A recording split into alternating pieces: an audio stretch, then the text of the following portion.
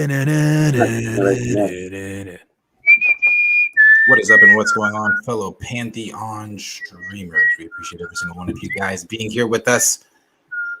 We're late, but that's typical. Sorry, we're going to tighten that up as well. But we appreciate every single one of you guys being here. Nah, bro, I love talking to you guys when no cameras on and we're just chatting about nothingness. Politics, man. Yeah. Marcus, how have you been since last Thursday? Been good, man. Doing all right. Cannot complain. Still up. He doesn't care. He asked you that question, took off the headphones. He said, I don't care. It's But for the people. I'll answer the question. So, Darius, how I'm doing? I've been doing pretty okay, Darius. Thanks for asking. It's been a hectic day. I have been running all over the city. Everyone, if you want to do something like purchase a book or something, call the stores, ask if they have something in stock before you make a fool of yourself of traveling all the way across the city to obtain something and not being able to get it. But alas, I was successful in my hunt for the Children of Blood and Bone by Tome Adeyemi. Shout out to Tome Adeyemi for creating this young adult fantasy novel. If I'm going to talk about it, which we're about to do today, I'm going to be talking all about it. And what's behind it? DeMar. I'm glad DeMar DeRozan. Y'all didn't deserve him either. This was a cover buy. This was a cover purchase. I saw him advertising it on TV 3-4 months ago, and I was like at the bookstore. I don't read books. I read graphic novels and stuff like that, but I don't read books. I had to go and cop it. Thanks for asking, Darius.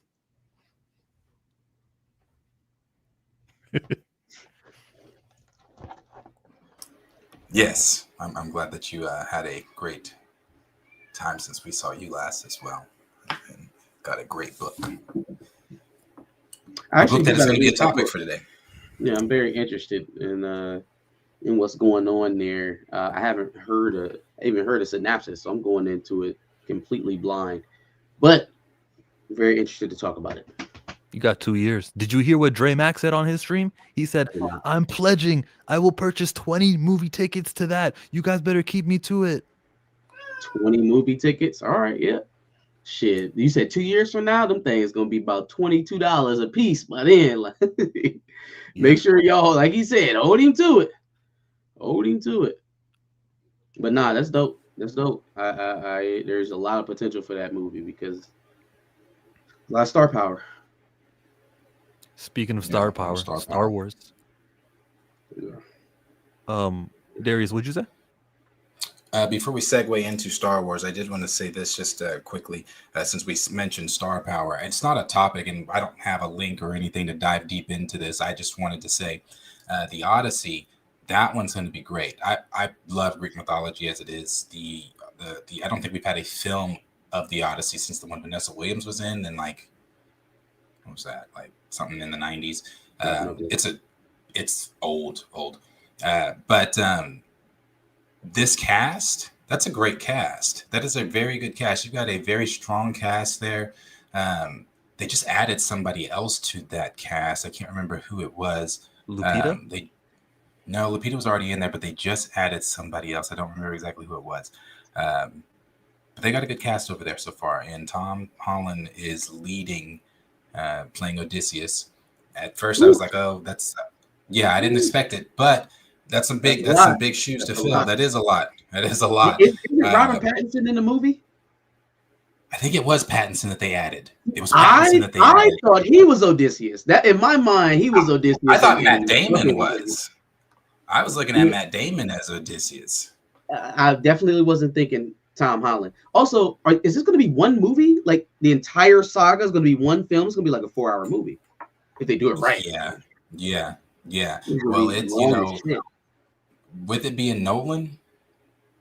Yeah, it's going to be long as shit. Yeah, it's going to be long. So long. It's going to be long. I'm looking forward to it. Read it, obviously, like Darius and I have. You know how long of a saga that is, and it spans a man's entire adult life. So, it was John Bernthal they added. Yes. Thank you, Liam. It's gonna be great. It's gonna be good. If you, like I said, if you don't know that story, if you want to get caught up on it, you can watch the original movie with Vanessa Williams, or you can read the book itself, which is phenomenal. Great. I wonder how great. practical they're actually going to get with it. Like, are they going to like try to make the quote unquote Cyclops more a practical recreation of what somebody would have thought a Cyclops would have been back then, or is going to be actual like Right. 10-foot tall, one gouging eye? I hope that's the way they do it. I hope it's the 10-foot tall, one gouging eye, typical Greek mythology, Cyclops. So I hope they do it that way. And but on Tom, I will say one thing everybody's been giving to him to his credit is the movie he did when he was younger. It was that movie where the island got flat. I forget the name of the movie. I've seen it. He is phenomenal in the film. When it comes to drama, I don't know if you've seen the film where everybody gets drowned and washed away, and he's separated from his family. Oh, you should check that film out. I'm sure somebody in the comments knows the name of it, but Tom is phenomenal in that. That was my introduction to him. He's pretty young in it, but yeah.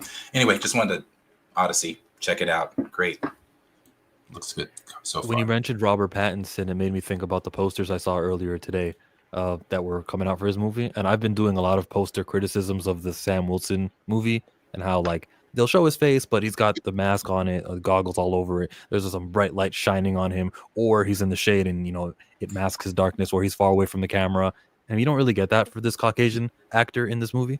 And I'm just trying to show you the difference between posters when it's like someone that the studio is proud of having and having his face all over the place, and then when it's not. That is 9 posters for Mickey 17 Robert Pattinson.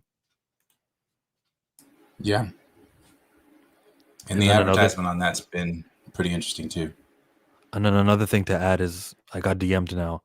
Apparently Josh from Dead and Nerds has a video or a clip from his live stream talking about recasting T'Challa, and we won't be happy with it. I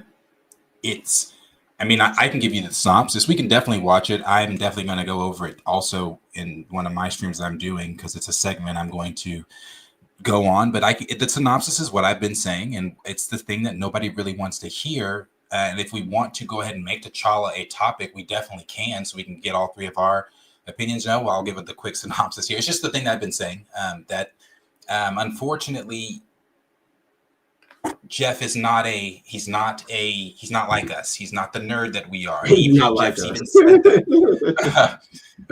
even said that he's not the nerd like that. So he says, when you talk variants, multiverse, that shit puts him to sleep. So, this is stuff he said on the John Rocha show. So anyway, just that wires were crossed, and what Jeff may have said, what Jeff heard necessarily may not have been wrong, but it's necessarily a lot of people are still thinking that it's just not that they're not going that route, and that it is going to be the kid, and that Charles Murphy has now chimed in on it. So it's yes. If all of this is coming off of the strength, because I know Josh is very tied in with My Time to Shine Hello. If you have been paying attention to what's been coming off of that page over the last couple of weeks, I really don't know how you could put that much stock into what's coming out of that. You know what I mean? Like, I always say that. It's given. Remember, like, this was like maybe like 2020, 2021, when Henry Cavill was supposed to join the MCU, and what's the chick who did Furiosa? She was supposed to be Invisible Woman, and it was just like this list, this blockbuster list. Oh, the MCU's coming back. They're back in full force, and it's like none of that. John Boyega is gonna. None of that. None of it happened, right? And so like I'm seeing similar swings in the middle of her weighing into the recast T'Challa news. I'm seeing other news that just doesn't either feels like a troll, which feels like almost they're making fun of us, or it feels like just blatantly false information. Marvel is looking for a light-skinned Black actor. If they do that, then they're attempting to tank the entire franchise. If that's what's actually happening. Also, if I'm to believe My Time to Shine Hello, then not only are they looking to age up the actor from T'Challa 2, but then that kid is going to be a light-skinned person. So nobody watched the first movie? Yeah. No one watched the first movie? Is young Noel, is he light-skinned? Can he grow up to be Aaron Pierre? One of the things that she's saying, if I'm to believe every word out of her mouth, doesn't make sense. Oh no, I completely agree with you. That's why, I don't know if you guys remember the last time we even talked about the first time we talked about Jeff and my times two scoops. I said, first off, my time is bullshit. Like I the shit that she says, she joins in the conversation whenever she needs engagement, because that Marvel's looking for light skinned actors. That was in the middle of nowhere, out of That nowhere. felt Just like a troll. It felt yeah, I'm like I telling you, want to piss yes, I'm y'all telling you. off. I want to piss y'all off. Exactly. And because she's very much aware of the recast movement. That's why when Jeff said what he said, and it got people excited. Because if you go back and you look at any of because I did, you can type T'Challa in on my time's search history, or her search history, and pull up everything she said about T'Challa. She has not been pro T'Challa. So seeing that everybody's happy about T'Challa and things like that, of course, let me shit on y'all real quick. Oh, nope, it's the kid. Don't get your hopes up. And then out of nowhere, they're looking for light-skinned people. Then out of nowhere, now you're joining the Storm conversation. So I don't take right. So the chick from the Bear is going to play Storm. Like, get on. Yeah. Like, if they take these type of moves, that is the type of stuff that's going to incite anger, right? And so that's what she's seems trying like to do. she's more into, more so than delivering actual scoops. So again, if that's where Josh is dragging this information, it doesn't seem like he has the closest relationship with Jeff Snyder. He does have somewhat of a relationship with My Shine, because he backs her reputation for some reason or another. She's got a lot of stuff right. Well, my guy, come on. I mean, it depends on the live stream. Obviously Josh streams every day, so you'd be cataloging through different streams. But there are streams from the past that I distinctly remember Josh saying, I'm glad all these scoopers, like, we need to get rid of the scoopers. Like, I want to go back to knowing when things we didn't know things, and my time is bull. So, but now he's talking to her personally. When I'm watching this stuff now, he's like, well, I got on the phone and talked to her. She told me. Well, what if she's wrong? Or what if she's just feeding you bullshit? You know what I mean? Like, Marcus, he got on the phone and talked to her. Does he ever say he heard her voice? I could have sworn I heard this man said that he communicated with her. Maybe talking is my word and not his. But he definitely he converses. So he says, I mean, I believe him. I'm sure he probably does. I mean, I don't know the relationship between him and My Time, but yeah, I don't doubt that at all. He's got a big enough platform for him to attract people like that. It's just, do you believe in the source? Right. I believe My Time is a tool for Marvel executives to get Kevin Feige, his damn self, could be My Time, logging in and having some fun, throwing out ideas. What's the feedback here about light skin, dark skin? Okay, because I remember seeing the Aaron Pierce stuff when James did it. So, I guess black isn't black. It's there's a little there's some nuance in here. And he goes, okay, well, I guess I can't make Toussaint someone lighter when he grows up. I guess I thought we could do that, because in his head, you guys are black. You get the same thing. Who are we still talking about? Are we assuming that Ryan Coogler's Black Panther 3 in like 2027 or 2028, his Black Panther is the same Black Panther that's going to be introduced in Secret Wars and Doomsday? Yeah, we don't know. That's you know what I mean? Like, not what they're suggesting, but they're suggesting that this kid, or this T'Challa we're supposed to get, if this is true, is going to be the child from an alternate universe. The kid is still going to be a kid. How convoluted are we getting? Like, again, so it's not even an aged up kid from this universe, from 616. You're going to another universe to pull another person that's not T'Challa. That you don't even have to do. Look how you're bending yourself into pretzels to do this. Are you really going to convolute it this much? Again, they're looking for a bounce back. They are looking for a recovery from what Wakanda Forever was. At least that's the idea, right? So why would you convolute it even more? If T'Challa and Shuri and that dynamic were a problem, you're going to convolute it even more by bringing another version of that. So then what happens to him? What happens to the literal 6-year-old that's still in Earth 616? So from my understanding, and again, this I don't know. There's all this. What are we even talking about? Who's writing this crap? Marcus, your microphone maybe blow on the microphone or tap it. No, I know. I think it's your webcam mic. Check the. It's like an echo once you yelled. I was like, wait, that's off. Yo, still there? It sounds better actually, or maybe I'm telling myself that. Tap on it. Yo. Let's go with it. Yeah, they from my understanding, and again, I'm going off of, I don't know if this is just a theory. I'm assuming this is just a theory because I'm just going, the kid is going to, it's going to be a variant of the kid from another universe that comes in. Makes no sense. But the kid that's in the main, that's what I'm saying, because you're missing the opportunity if they do this to act. First of all, anyway, we've said it all about T'Challa. I'm not going to get into that part, but as far as like how time is going to work, because it could be the kid from our universe. We don't know, because we do know that in Fantastic Four, Franklin Richards we already knew this before. Like, this has been in the leaks and things like that. Franklin Richards is going to be 4 or something like that. In Doomsday, he is 14. So 10 years or something jumps. And how is it? Does he age himself? Or so I don't know. We don't know. I don't know. It's all to the point where I'm getting exhausted. I'm gonna be honest with you. It's an exhausting thing, because this is like, and maybe it's exhausting because it's these scoopers that don't really know. It's just this things getting thrown out there. The story's getting changed 1 minute, story's getting changed the next minute. I don't know. I also don't believe that the Russos and Marcus and McFeely were brought back to write that crap. Now, if you're telling me that that is what Coogler's current direction and Joe Robert Cole, and that's what Nate Moore left off on, okay, well, that's what it is now. Is that what it's still going to be by 2027, 2028? We'll see. We'll see. Right. But if you're telling me, go ahead. No, go ahead.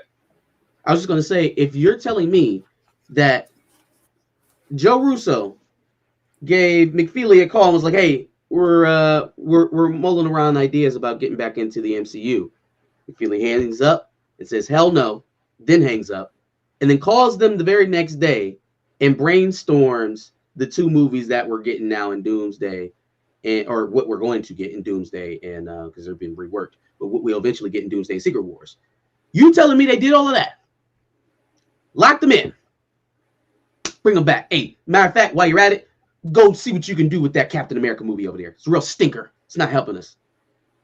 And there came up with a aged up, non-canonical character from another universe.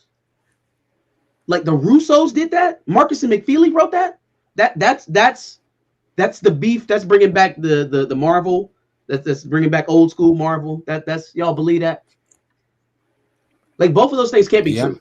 You can't be handing the reins back over to the Russos and then saying that we're going to get something that makes very little sense like that. If there is going to be a T'Challa in their universe, it's not going to look like that. It can't. It can't. No, I agree. I mean, like the Russos, whatever the story is that the Russos or Marcus McFeely have come up with, because remember, we all, like the parts you just said, they called Marcus McFeely. Marcus McFeely said not interested. After whatever they said an hour, Marcus McFeely called back with this crazy ass story, presented it to them on how this could work with the current state of the MCU, blah, blah, blah, blah. The Russos were like, damn, blah, blah, blah, call Marvel. Marvel tells the Russos, that's insane. No, right. We're not doing that. Then calls them back and says, oh, we thought about it, or whatever. So whatever this crazy story is, yeah. I don't know. But again, everything that you're seeing online, obviously take with a grain of salt. None of these scoopers really truly know anything. Stories could change from one to the next, because right now, in my opinion, if we're to believe scoopers, this film, Avengers 5 at least, there's too much going on for the casual to even just keep up with it. If I, being a Marvel comic fan, am saying there's too many fucking people in this movie and there's too much shit going on, your casuals are going to be like, holy fuck. Well, what? But they're trying to recreate that Infinity War Endgame kind of saga. The issue that they're going to find, I believe, is that when you did that before, when you did that in 2018, 2019, or whenever it was, 2017, 2018, or no, 18, 19, right? Am I off by 18, 18 19. was 18 was Infinity War 19. Okay, there we go. 18, 19. When you did that then, the characters that were kind of the meat that were kind of propping up, we all know who the big characters were. We know Tony and Steve and everybody else, but the meat of that cast were the Guardians, right? You had stuff going on with Clint and Natasha. They went on a saga. You even had room for Rhodey somewhere in there, right? He went to Vormir. Um, there were characters that we had built an appreciation for through films that we loved, right? Fast forward now to our 2025, 2026 films, or 2026, 2027 films. You're going to have characters in there that people either haven't seen in a long time, i.e. Shang-Chi, i.e. If Tiana Paris even makes an appearance as Photon, Iman Vellani at that point will have fallen out of people's consciousness, right? I don't know if She-Hulk gets a tap. Mark Spector, where have you been? What are you doing? Like, who even are you?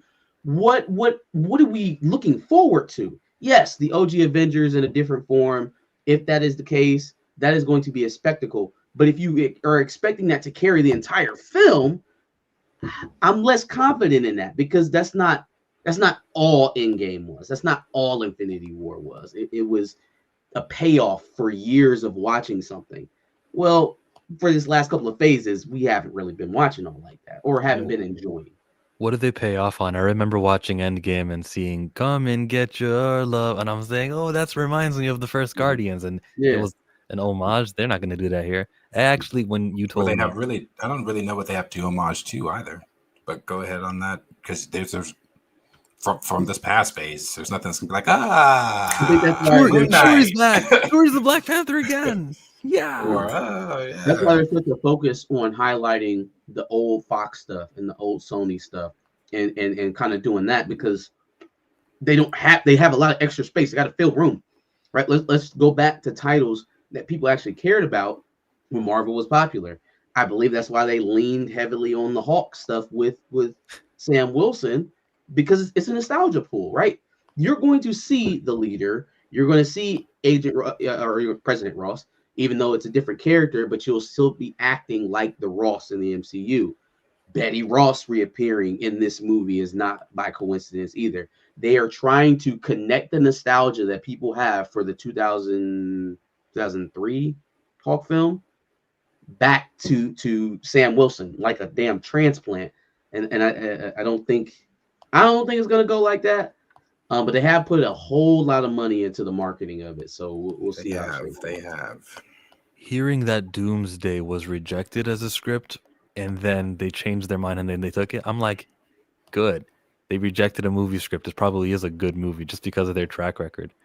And then Michael Nemo said what I wasn't gonna say, which is make fun of the way you say the word Hulk. And but was something you also said earlier about Toussaint.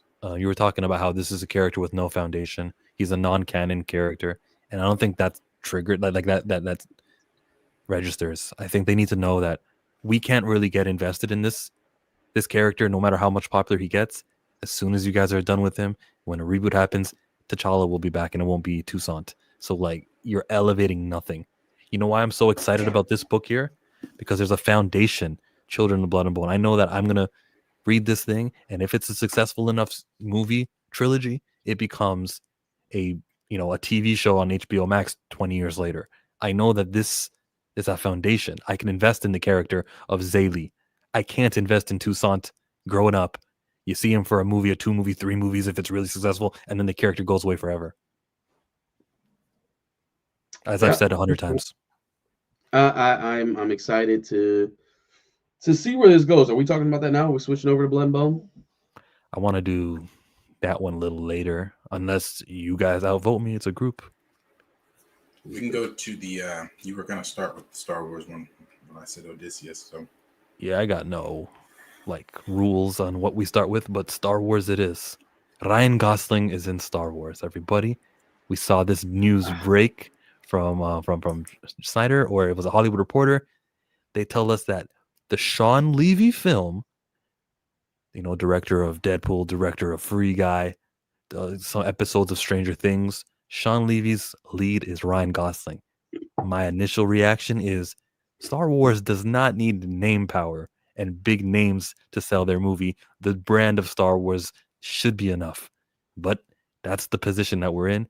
I think Kathy Kennedy was watching Barbie and she's like, oh, let me get that Ken guy. And she gets him. Dog, I have no idea where we're at right now with Lucasfilm. I don't know why they're still announcing these projects. I don't believe this is going to come to pass either. I don't know why we should expect this to be any more of a guarantee than Patty Jenkins' Rogue Squadron or Taika Waititi's film or Donald Glover's Lando. I don't know why this is any more of a guarantee than any one of those.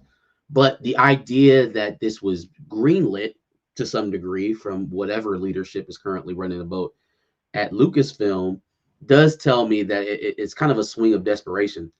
Look, it's kind of like what we literally just talked about with the Russos.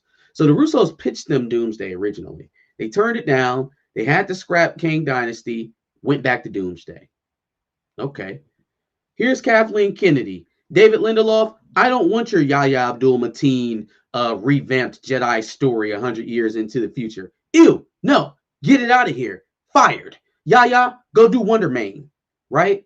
Then all of a sudden, here we go. Oh, Sean Levy? Sure, you can come in with Ryan Gosling about a new Jedi and potentially being mentored by an older Rey. Is that not what the synopsis of Lindelof's film was? We're going to get Heather Mirren in here to play Rey. Yahya will be the younger Jedi. We're going to go 100 years into the future. So we're giving Sean Levy basically the treatment that David Lindelof walked through the door with, only we're shortening the time range. It'll still be Daisy Ridley instead of Heather Mirren. And instead of Yahya, it'll be Ryan Gosling. What the? It's like musical chairs. Oh, we like your story, but we don't like you. Let's get somebody else in here who's going to be a little bit more amenable. Plus, they got Deadpool 3 out of Levy, so they're buddies right now. There is a level of like, oh my God, they've been advertising some Star Wars movies forever and they never come to fruition. So why should I react? There's a lot of that happening here, but it's worth reacting to. Like a Hollywood trade announced it. They're usually correct when it comes to that stuff. Yeah, it's a bit different this time. This is not coming from Christian Harloff, Daniel RPK, or any of the others. This is coming from the Hollywood Reporter, which makes it real. So the fact that Rogue Squadron was real. That's true too. That's true too. You started it off right with Star Wars doesn't need big names. I've never leaned on big names to sell anything. They don't have to. The brand of Star Wars is strong enough of its own to garner money and witnesses and things like that. But the fact that I'm just not interested, nothing that Star Wars says, I don't have a long spiel at all. Nothing that Star Wars says excites me. There's nothing that they are doing right now that has me saying, oh my God, I am seated for that. Everybody was like, oh, Natalie Portman's coming back. Great. More Clone Wars flashbacks. Padme's back. So it's like, it's whatever they're doing over at Lucasfilm, whatever the direction is, whoever's putting out these ideas, these like, oh yeah, the sequel trilogy is widely hated. Rey is not a very liked character, but let's start off the next trilogy with her again. And I don't really, it's nothing they're doing has me interested. So I'm be honest with you, I am pretty checked out. Imagine bringing Ryan Gosling into the fold, right? Because you need the star power, because you need to grab eyeballs, and still trying to center it around Rey. Like, you mean to tell me that you know enough to know that you need a star like Ryan Gosling? You need one of the most recognizable faces in the Western world to promote your product, and then you're still going to have the dissonance to put Rey at the forefront of said project. When is she retiring? Get her a compound somewhere in Reedy Creek and send her on her way. Why is she still allowed to announce new projects that more than likely, again, will never come to pass? I can't find my way to get too emotional about this, like Darius said, because not only is it not serving me, so even if it does come to pass, I'm not going to be beating down the doors to go see this. And then two, I just don't, honest to God, I don't believe that you're going to bring it to the finish line. I don't believe you're going to get this production from start to finish. Yeah, and then there's the rumors, and see, this is what I mean when I say the entire company of Lucasfilm is in just such disarray, because you've got rumors right now that they are poking at Chris Pine to come in for Rogue Squadron. Excuse me? Rogue Squadron? Star-Lord? Oh, Chris Pine. I'm sorry. Yo, no! Captain Kirk! Yes. Captain Kirk! But for Rogue Squadron, was Rogue Squadron not canceled? Like, yeah, I didn't think that was happening. We heard Patty Jenkins literally say that the shit wasn't happening. Yes. What are we talking about? Why are we asking for canceled projects? They don't know what's going on. And again, the only thing that they ever have at Lucasfilm right now, and they do it all the time. They do it all the time. Is nostalgia grab. That's all. That's why they were like, oh, okay, no one's excited about Ryan Gosling. Padme, throw her out there. Throw her out there. It's like, okay, so Natalie Portman's coming back as Padme in some one-off Clone Wars flashback. It's like the Andor effect, right? Like, bro, we know she dead. She dead. She's not coming back as a Force Ghost, right? Like, she's dead. We're not. But their whole appeal is, okay, they love the Clone Wars. We're just going to give them a different scene that they never saw from the Clone Wars. It's going to be a flashback, something they never saw before, and they're going to love that. And we're going to eat it up. People are going to eat it up. Clone Wars fans are going to eat it up. But then after that, then we have just another moment to put in the timeline of Clone Wars. It's just like, wow, that flashback. That was great. A live action Clone Wars sounds fire. Sounds very good. If we hadn't gotten, but how many times can we tell that story?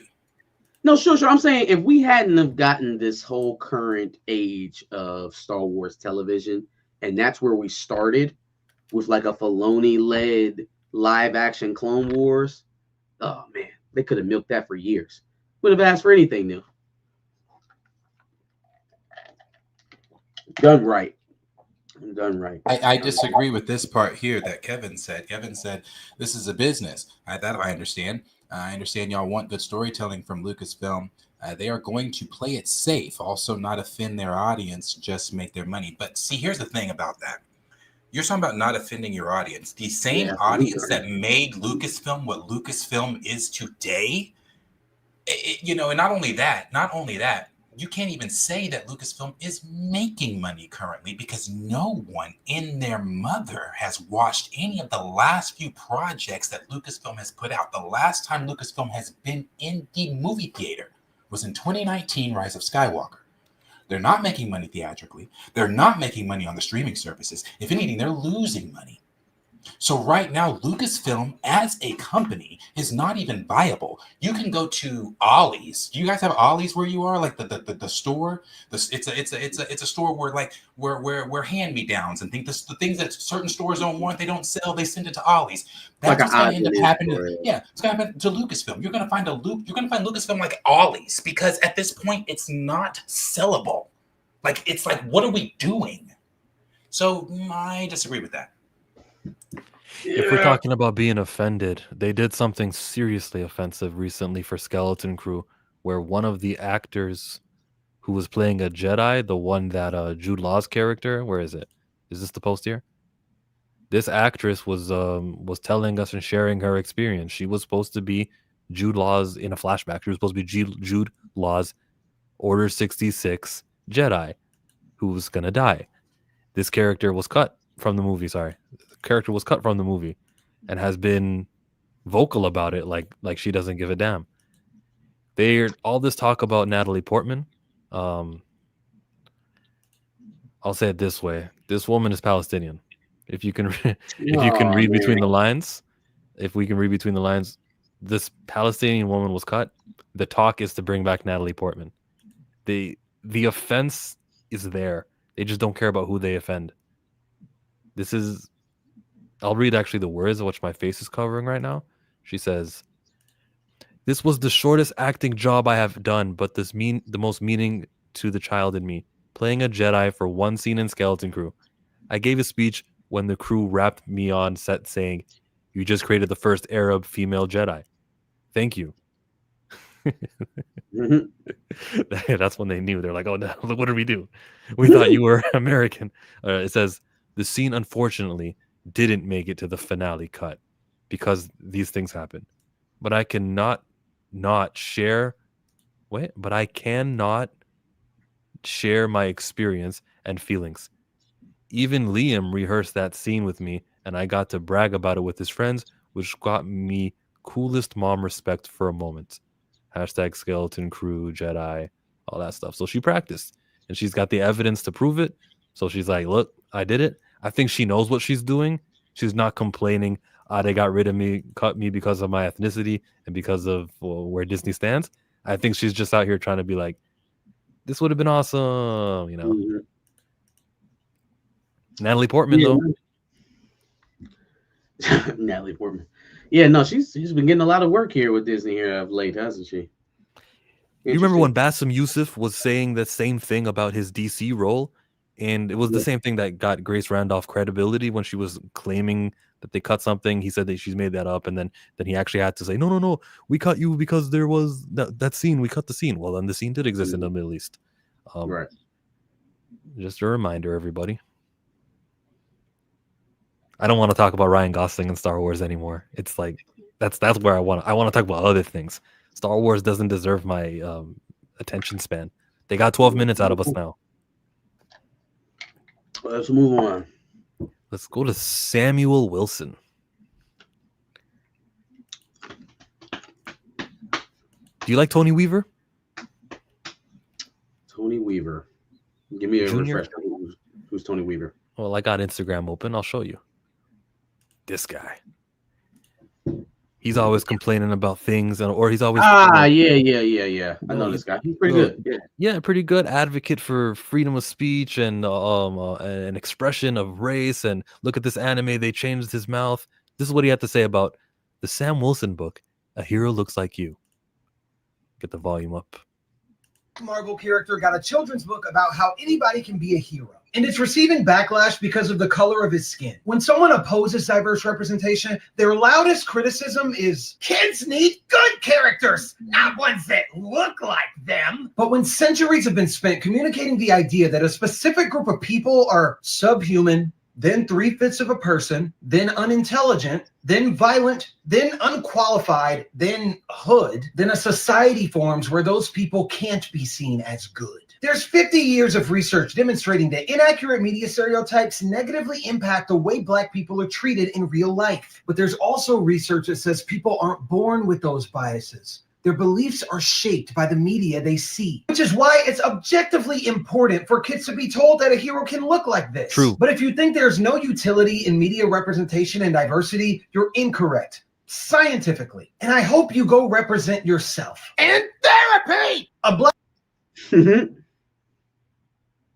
It's important to tell them through actions a hero can look like this. Writing a book about that. Exclusively that Sam Wilson, there's not a hero looks like you Thor when he's helping people in Norway. There's not a hero looks like you China with Shang-Chi on it. It's a hero looks like you and it's a black guy. That child is going to go, why did this need to be enforced? What's so weird about my skin that there's a book telling me about how important it is for me? Like the question is going to be asked if they're critically thinking, and you're actually creating the marginalization unintentionally by making that book. Marvel's role in film is to make the Falcon brand and treat it just as importantly as Iron Man is and Captain America is and Spider-Man. When you make the book that goes, a hero looks like you got a black kid on the cover, they recognize their skin as this abstract thing worthy of needing the lesson. No matter how much good they think they're doing with the book, I'm opposed to the book. I agree with the message that Tony was talking about and what the message and what the outcomes he's looking for are. And I think this book doesn't execute that. It hurts more than get away from Dramatic, please no. I mean, but that's what you're saying, though. I'm saying that's along the same lines of what you're actively saying. I didn't like the comment, but that's we're on those rails. Like, okay, speak on. Pretend I didn't say anything. Speak on how cool that book is. Then it's your turn. It doesn't have to be about how cool the book is. I think that's the topic. That is the topic. I think you missed the information that was given, right? And it's funny because you're the guy who brings that. Like, if improper representation through media is the problem, right? Visual media is not the only media that people take in. Children read books. Actually, if you're doing it right, they should be reading more than they should be watching screens. Okay. So for a young impressionable mind that hasn't had the displeasure of being formed by racism or bigotry, yes, it hasn't been learned yet, right? Yeah, to understand that maybe some of the introductions that they've had to that lifestyle are not correct. Maybe they are by a family member who isn't so nice to colored people, or to, you know what I'm saying, or to people who have that complexion, and then they read the book. Is that not different than what you advocate for on screen? Having more melanated people at the forefront so that we can break down the walls of racism? How does that change when we're talking about a children's book? I'm okay with a children's book about Sam Wilson saving the day. It has every positive thing that you can ask for. I'm okay with that. I want that. But this isn't that. This is calling to attention Sam Wilson's skin, which to these kids who have not learned racism yet, forces them to question what? Oh, no. Finish your point. I was talking about it forces a kid to question, why did I need this lesson about skin? Yeah, a hero can look like this, and here, of course, a hero can look like that. Why does the hero can't look like that? I'm a kid. I didn't learn racism yet. Too. Okay, so imagine you're a sick. First of all, I think we're misrepresenting who the book's for. I don't think this is for white children. I think this is to open up the imagination of Black children to know that they can be heroes. But let's stick with your viewpoint. Let's stick with your viewpoint that this is to bring white children out of racism. No. I'm not. Black children. Let's do the Black children route. You're a Black child. You've got skin just as dark. So then, if you're a Black child growing up in, let's say that you were born in 2019, that would put you at 6 years old right now, right? Yeah. So then, other than Black Panther, which, if you've even seen Black Panther to this point and can understand it and digest it, what superheroes look like you? Okay, we're so wait, answer my question. When you turn on Cartoon Network, when you try to watch, different animes or whatever, not animes, but whatever kids are watching for superhero content these days, who are they watching that looks like me? It's lacking. You're right. It's lacking in representation. So then if they see a book with a character that looks like them, does that not open up the door for them to see that imagery where they are not seeing it otherwise? And that's why I support a coloring book or a picture book that looks like them. I support that wholeheartedly. So what are we talking about? What's wrong with this book? So it's probably something that you misunderstood with my and I'll fault that on my explaining. The theme of the book or the plot of the book, like being about his skin tone, something that these kids need to be learning or unlearning yet. Like they're in the phase where, you're right. Everything they see is leaning very white. Marvel. So why would they not need to learn, just like anyone else would need to learn or see it to actually make it tangible for them that it's possible? Like I don't think you're not understanding the disconnect between people having real world tangible examples of things and then connecting that to their life, and then people who don't have those examples and what they end up doing in life.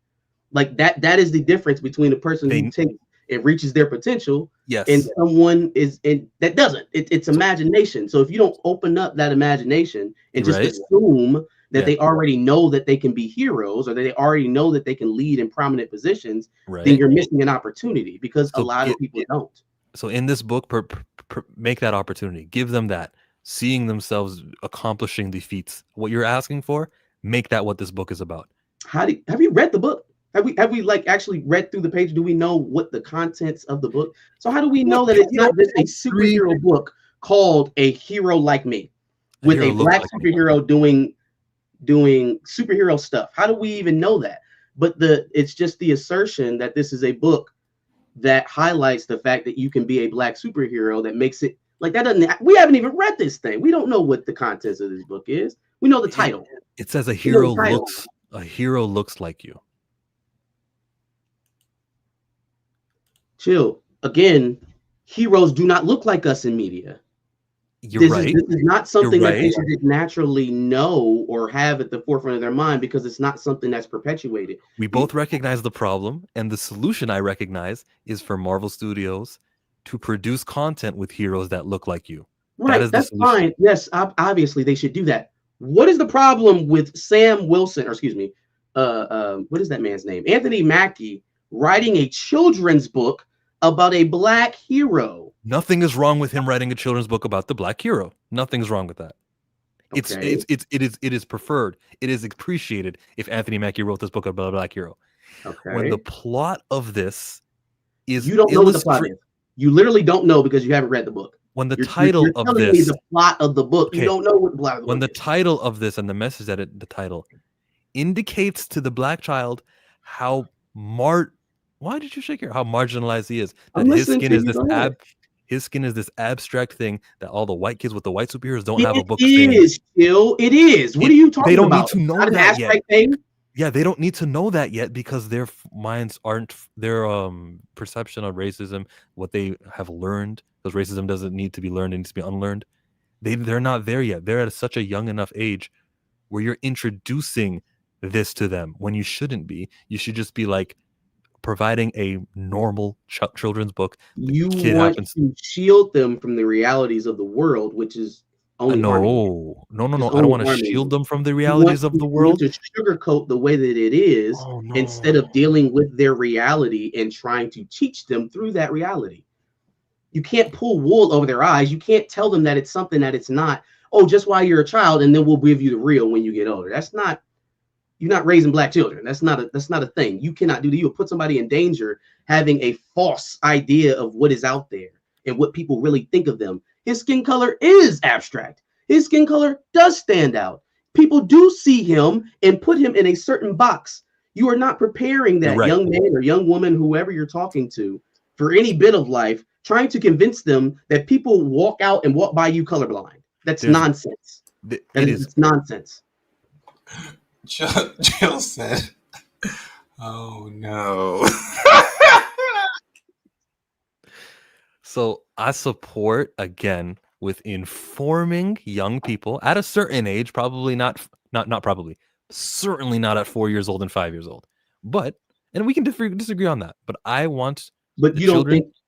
Let me finish the thought. I want to finish your statement. Yeah, finish your statement. I want informed youth. Not exactly 4 years old, but I don't want the 4-year-old at that damn age to be realizing, oh, there's a color thing going on in the world right now, and I'm different.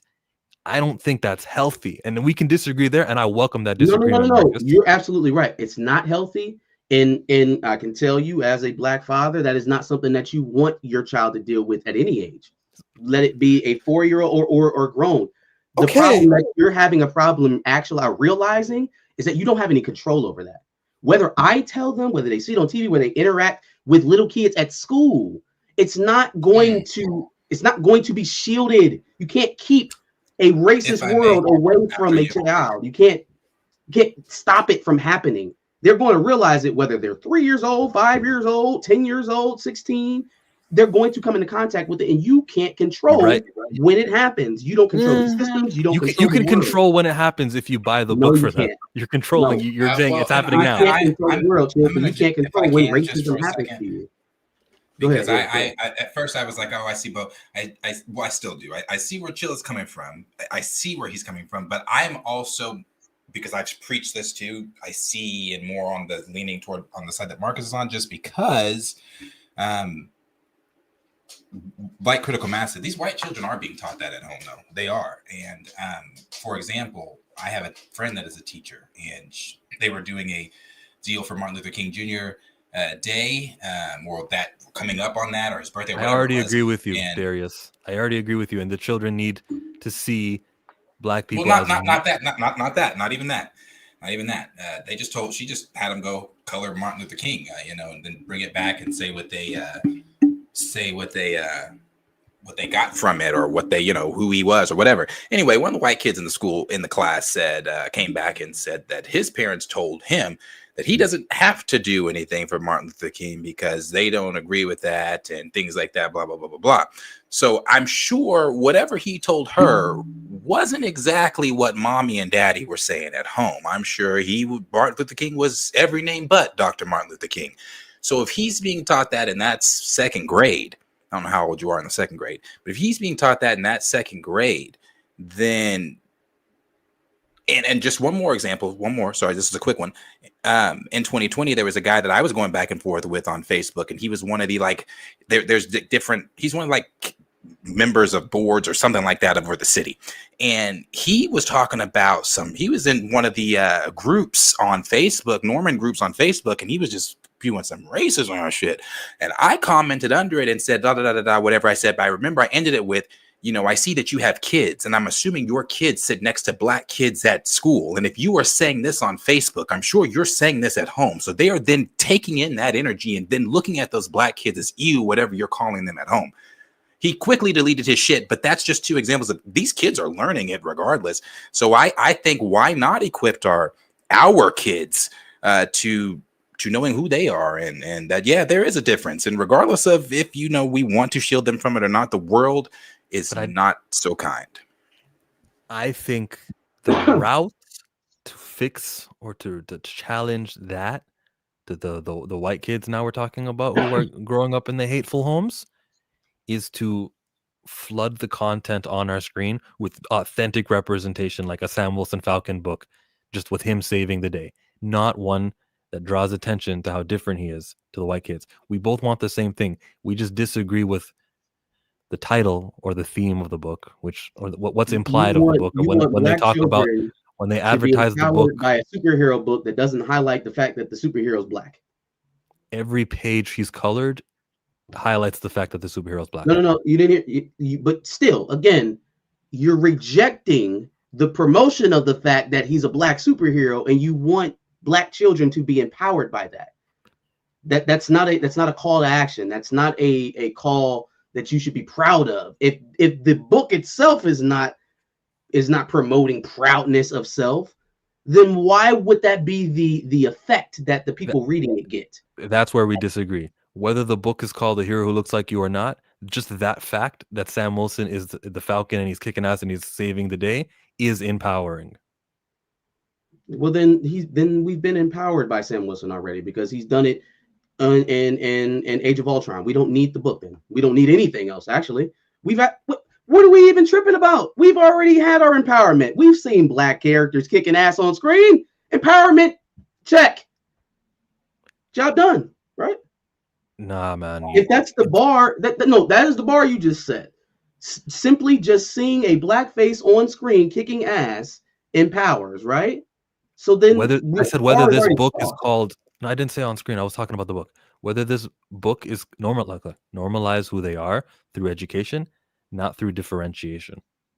And I think that's a good way of putting it. Dramatic was the first guy in the comments I saw. You cannot educate properly without differentiation. If you are not acknowledging that there's a difference between the races, if you're not acknowledging that I have material differences in my culture and my upbringing, then you are not properly educating on me. Yes. If you can't look at me and acknowledge my Blackness, you are not educating. You're fooling yourself. You're patting yourself on the back. So we already talked about earlier about how the default is a Caucasian. It is white. It is European centric. That is the default. That's normal. We were educated that through the multiple appearances and default of everyone being white. We were educated on that just off of that. No one that stops and talks and makes books and titles about how they are white. They don't have to. You're right. They don't have to. You're right. You're right. We agree there. Jesus Christ. Let's It's fine. I think the audience can disseminate yeah. like what I was Yeah, going let for. them decide. Yeah. Yeah, that was a very healthy talk. And I remember earlier when we were talking of. Never mind. There's certain people I could do that with, and Marcus is one of them. So shout out to Marcus.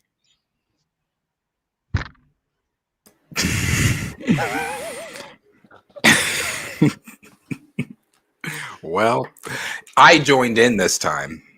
Last time I just let you guys, but this time I felt like normally I feel like, I'm like, well, do I want to interrupt the flow? Is what I'm about to say really going to be that impactful to the conversation? So I felt impactful this time, but I joined. So good on me. And I think you're 7 in grade 2. I tell kids around me all the time we're better than them. That's crazy, Raymond. That's just fucking nuts. That is terrible. Your generation is screwed. We got a super chat a few minutes ago that we didn't recognize. We're terrible. But Michael, for you, for the money that you dropped, we got a super chat anthem.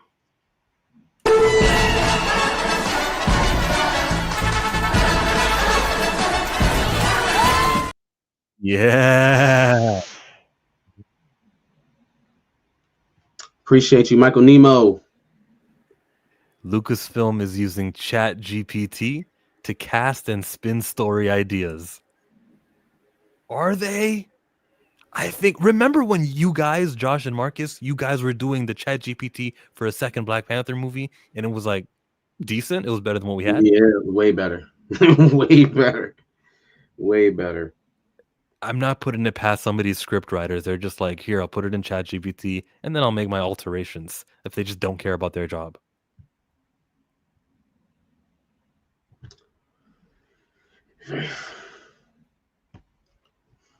You're Interesting. muted.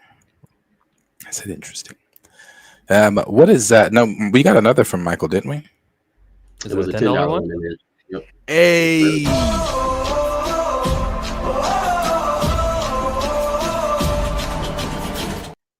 Salute to Michael. Salute, Michael. I think it'd be more powerful and classy if the book was just about Sam being a hero and making sure to show his skin color via the art. It worked for me in the 70s. Yeah, Michael's old. I forgot that. He was saying how he's like 7 years old when he saw the first Star Wars or something like that. And that's fine. Again, I think this conversation slants a bit in who the target audience is. Like if you feel like it's incumbent on you to massage the conversation into them, I'm not really that type of person. I'll never go along with that. But if you feel like that's the way you need to go about it, I feel like that's more apt for our under-melanated folks who want to learn, right? It is not truly a lesson for our folks, for Black people, if you're not being honest about it, right? You're not teaching them anything. You're giving them what they could see on television. And if that's not adequate, then it's not adequate to give them that same type of cookie cutter representation, if you call it that, in book form, right? Like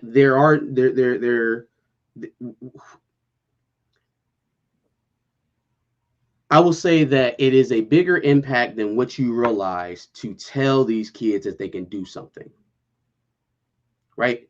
It is, you are missing a tremendous opportunity if you are taking it for granted that they are just born knowing that they can do anything. That is false. That's a fallacy. They need to be built up just like people need to be built up. And I don't think it's out of left field.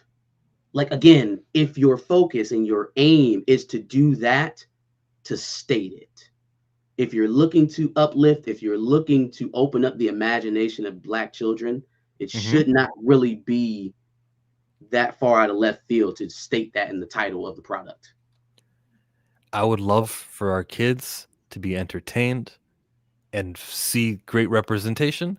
I would also like for them to be informed, not through the entertaining books, but through the other books, the nonfiction books. In that section, absolutely. Wise them up. Tell them about what happened in 19 something something. Yes.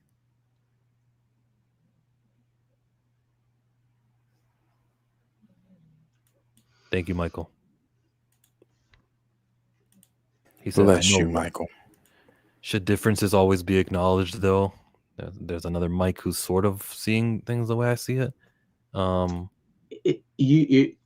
mean, you guys you're asking a question that isn't really a question because it's an empirical fact that those differences are going to show and matter. So asking the question whether or not we should highlight them is a misnomer. It doesn't mean anything. Yes, no, in between, they're going to matter. And the reason they matter is because the media is filled with white. Now, as media, your role in media, if you want to be part of the solution, is make it so that there's not media just filled with white, and you color things up. You diversify. That's Marvel's role. We have black faces in media now. That's not, well, unless you're lead talking position. about owning the infrastructure. Now, that's something completely different. We could talk about this all night. But if you're talking about simply being a contributor that can highlight black stories, well, how's that working out for Joy Reid? How's that working out for Don Lemon? How's that working out for Van Jones or any number of black contributors who could have, but just found a way not to? I can't go to the news outlet, or the news reporters. I want to stick to the books. And if it's a lead position, like if the lead movies, the lead entertainment on the cast is lead and they're black, that's what I'm talking about. And Marvel has the capabilities of doing that. Gotcha. This is fun. Who is us? I don't think that's the issue. I do not believe people know their history more than they know their own /ours. The issue is they don't know history, period, Dramatic. They should be learning in school about Denmark Proceed. Do you know who that is? Crispus Attucks, Nat Turner. I heard of him. Marcus Garvey, Mansa Musa. I know the last three names. I think he made up Crispus Attucks. I think that's one of those, when you say Candace and they try to get you on stream, he's making up these names. Crispus Attucks? I wouldn't proclaim. I have no clue, so I'm not going to proclaim it's fake. I thought about the last three are legit: Nat Turner, Marcus Garvey, and Mansa Musa. There's a Nat Turner movie. I think Nate Parker has that one, The Birth of a Nation. It got me thinking about doing a horror where people turn into zombies or something, or monsters, and it's the descendants of the people who ate Nat Turner. You ate him, and that's in your DNA. Jesus. Probably not going to get greenlit. No. That's not. That's not how that works either. Anywho, you ever seen the Wendigo stuff for Marvel? Same sort of concept. Gotcha. Looks like a lot of people know who Crispus is. A war soldier. A war soldier is crazy. I get what you meant, though. I definitely get what you meant. First man whose blood was spilled for the American dream. We talking about revolution?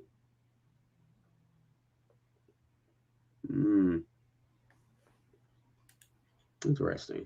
I'm gonna make me look some shit up.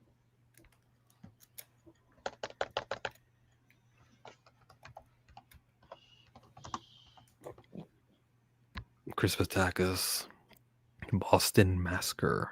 Ooh. The Boston okay, yeah. Why is Josh Googling and then typing things in? I'm sorry. Of African and Native American descent. Interesting. American Revolution time. American and Native American. Oh, yes, this brother. I've seen this picture of him, the black and white one. You saw him on your Ancestry website? He's Native and black. He's your family? No, brother. Your family would have Native as in part of the 5 civilized tribes. Native. There's a lot of Native. Ooh-wee. I don't know if y'all want to break that out for stream talk. But I'll stay here if you want to. I'll stay here if you want to, for sure. Oh, I'm definitely down. I'm keeping that off stream. For those of you who don't know, the last 3 weeks before we streamed, we were talking about this stuff, about Ancestry, and Blue was part of it too. And you hopped on that second half. Yeah, it was. I'm not doing that on stream. Not on Pantheon. Yeah. On Pantheon, we got to talk about LeBron James and the ownership situation with the basketball league, which I'm really happy that we know is happening? Because I've always been wondering, what are all these billionaires doing or rich people doing? My theory, everybody, is that Aubrey Graham was one of those investors in that $5 billion league. He, Hmm. you remember in that song how he's talking about how he's gonna like rat out LeBron or stuff like that? Well, one of the things he did was he went to Bloomberg and he leaked that that's the plan, that's what they're doing.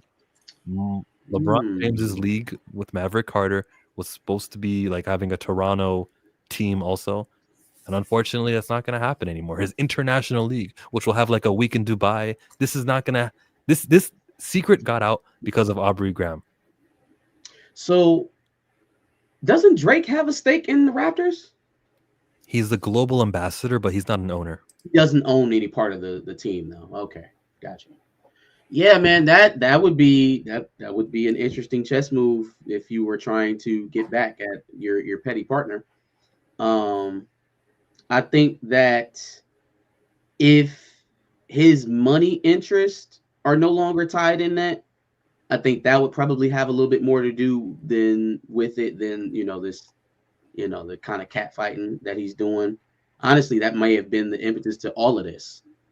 You know what I mean? Maybe they fell out over his stake in the new league in the midst of the Kendrick beef, and then during that back and forth, LeBron ends up at the forum for the pop out, and then he's playing Not Like Us at the games and stuff like that, singing it at the games. Yeah, and it just keeps snowballing until he finally gets to the point where he's rapping to him in front of fireplaces and apparently leaking things to the Bloomberg network. Well, I feel that the fireplace rap, LeBron didn't react. Oh, I'm getting angry. And then he made the thing about the academics said about him cheating on his wife. LeBron didn't react. Oh, this guy's not reacting. All right, here's the big one. I'm going to tell Bloomberg about this new league that you were starting. So like the NBA, who were real chill and they were thinking you were going to own this Las Vegas franchise and they thought, yeah, they had you under control. Now they know what you're up to behind the scenes. And it was if LeBron would have just like spazzed out and reacted and cried and been like, Drake needs to stop it, then Drake wouldn't have done that. Aubrey wouldn't have done that. Excuse me. His name is Aubrey Graham. I think that that's the way that things played out. Now, LeBron did not play in the second half of the All-Star game last year. He just kind of like sat on the bench. He said, that's it for me.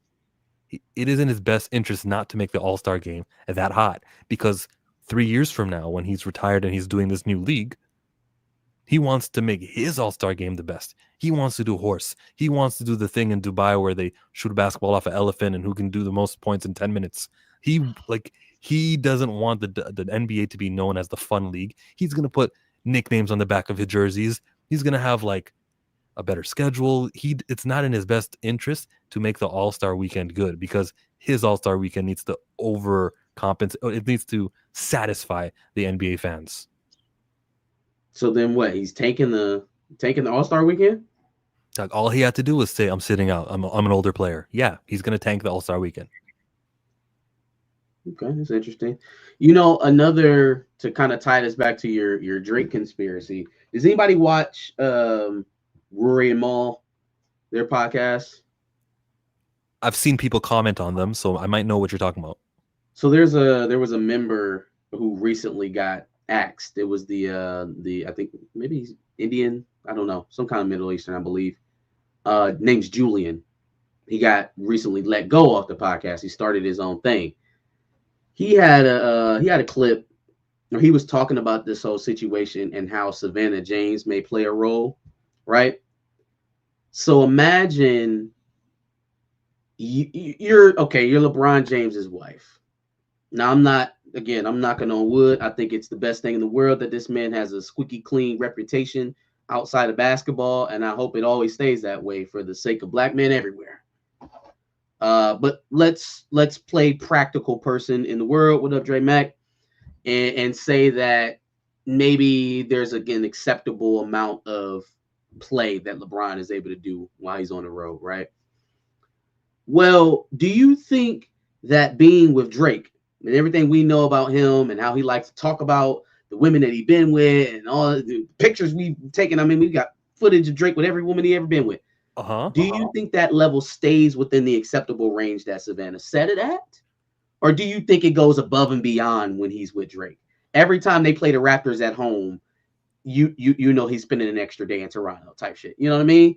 Like maybe that played a breakdown in their relationship as well too. Because if there's one archetype that's not safe around Drake, it's a married man. He either gonna get you in trouble or he gonna get in trouble with your wife. Okay, that's what I thought you were going with. His I mean, wife probably. Why did he just text me that? What's going on here? As Drake is known to, if I'm going to friend you, I'm also going to friend your wife, because if we ever not become friends, I get to go after your wife and she'll, follow me back on Instagram and do those kind of games that he does. If there's one guy who's not going, it still burns me to this day that Kanye chose who he chose and left the gates to the castle open for that man to creep down the block. But if there's one man that could rebuff Drake, oh, you didn't get the reference? Sorry. See, I crept down the block, made a right, cut the lights. Is that a Drake song? That's what's like Sicko Mode, Kanye West, Kim Kardashian, Drake. No?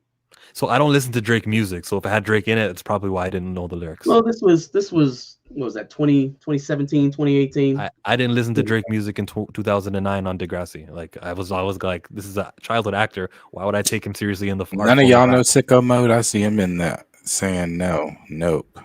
Damn, nobody knows Sicko Mode? Jesus, okay. That's Travis Scott. I didn't think that the Drake effect is rubbed off on the Travis Scott. Yeah, said that was Travis Scott. But was Drake part of the song though? That's why yes. I didn't listen to it. Drake has a very good verse in the song. Was about Kanye. But my Sicko Mode experience is when they had the Happy Meal with Travis Scott, and people would pull up on the drive-thrus and play Sicko Mode. You know what I want? That I just know the song from that. It had Drake in it, so I really didn't watch it or listen to it. Got you. Yeah, no, I mean it went for me. So I definitely listened to it until Kanye West. Until I heard that he was talking about Kanye. But again, to bring it all the way back to the point, there's one man who's just not going to go for that or be embarrassed in that way or even have a back and forth with you about his wife had you made an advance in the public. It's LeBron James. It's LeBron James. I'd much rather see, or I think that he would handle it in a way that hurts you financially, that hurts your pride, and did so both quietly so that I don't have to have my hands on it. So now if you're out here ranting and raving about it, you look like the crazy person, which he does. He looks like a scorned girlfriend. He looks like he lost his man. He looks like Travis Kelce's ex. Wait, ex? They're not together? No, Travis Kelce's ex, the black chick, the one that keep crying about him. Yeah. Okay, I wasn't aware she kept crying about him. Yeah, right. He left me for some celebrity. Girl, we know who he left you for. Get up. Stand up. The Super Bowl halftime show just got some news with Kendrick Lamar Duckworth. It's not just him there anymore. It's going to be SZA. That's going to be dope. It's going to be dope. Now, does this increase or lower the chances that we actually hear Not Like Us at the Super Bowl? We were always going to hear Not Like Us at the Super Bowl. But they could just do, they have enough in between GNX, what they had on GNX together, and what was on SZA's deluxe album with Kendrick. They could just do that and get up out of there, right? And I'm sure there have been lawyers circling around Dot, telling him he better not, we're threatening this, we're threatening that. I'm positive. Yeah, that's why the petition filing wasn't enough, and he had to change it to make it a lawsuit. Like he needs it urgently. He's really trying to get this song not played in 2 weeks from right now. So that's why he changed it up. It'll be played. He's got to play it. If he doesn't play it, we'll be upset at Kendrick Lamar for not playing it. Kendrick Lamar. It'll be played. He's gonna play it. He's going to do the song. Dramatic. Okay. If he does play it, do we just get the chorus, or does he actually go? That's what I'm thinking. I don't know that we get to the verses actually saying Drake's name, actually saying the others. I think we might just get probably A minor. verse. Best part Yeah, of the song. probably that, but probably not. Say Drake, none of that. Like we'd have about This is what he should do. He should let the crowd sing every word. He should let the He crowd should. sing every single word because we know it. Say Okay. Drake. I hear He you like should. me up. You better never go to Cell Block 1. Also, You'll be singing around the world. the clean version sucks of this song. It would be really hard to perform this clean. So if you just let the crowd do everything, that's kind of better. Lit. And Yeah. everybody in the stadium is gonna know. Wop, wop, wop, wop, wop. Yeah, fuck him up. You can't say that. You can't say the F word. He'll But bleep the crowd They can. got like that. That just lip it. He'll do it. He You can know how also to- change some like words it. to it also if he needs to, like to make it like about this lawsuit. Why you filing a petition? Aren't you tired trying to strike a chord? Like he can do that. He said, "Do the Kids Bop version." Say Drake. I hear you like gum. Give you a nigga. Say you want some. The Kids BBL Bop version of Not Like Us is crazy. What if BBL Drizzy plays and he just has his own verse for BBL Drizzy? You know, there was a post that I saw today for Kendrick. They were talking about how since it's Not Like Us, since all of that, this man has not been on one podcast. He has not done one interview. He has not put out one tweet. He has not Biggest rapper said in the world right now. shit. Biggest rapper in the world right now. Yep, he has not said shit. Meanwhile, Drake's been. Whose podcast was he on? Aiden Ross. Yeah. It was Aiden Ross. No, Kendrick has said some stuff. What did Kendrick say? We have to interpret his words on Instagram. Remember? There you go. Give me one more. Well, wait for it. You guys know later on in the video he's gonna say no second chances. There's no round twos. Remember? Mm-hmm. We have to read interpret his words. And by the way, let me play this. I would say y'all What's saw the up with promo. There you go. Yeah, everything's smooth. I'm on the field right now. Yeah, you know, same old, keeping the body in motion, getting that wind up. You know, this field a lot bigger than what people think, so that's a must. Exactly. Now, I've been thinking about a guest performance.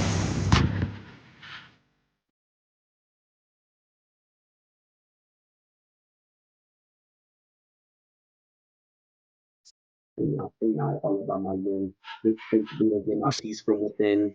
This goes out to all my doggies in the pen. For the win. Hey now, say now. Okay. Hey now. The last time when he did the little sly thing to Drake about no second chances, you would wonder, is Apple down with it? Like, was there another sly diss inside here? But Apple said, no, you're not going to do another one of those. This is just to promote the Super Bowl. And that's why there was no clever double entendre type thing in this promotion. I mean, obviously, Humble is going to the cops, so let's leave him alone. Yeah. Like, let's stop touching him until he get all that settled, and then we'll probably kick him again next year. But I mean, the damage is done, man. If he's in court, I was going to say, does Kendrick care? This man's words destroyed my career. That's what he's saying. This man's words destroyed my career, and then all the black streamers help him defame me. It's over. It's over. So let's wrap it up. I don't have to touch him again. He is done in himself with how he's handled the loss.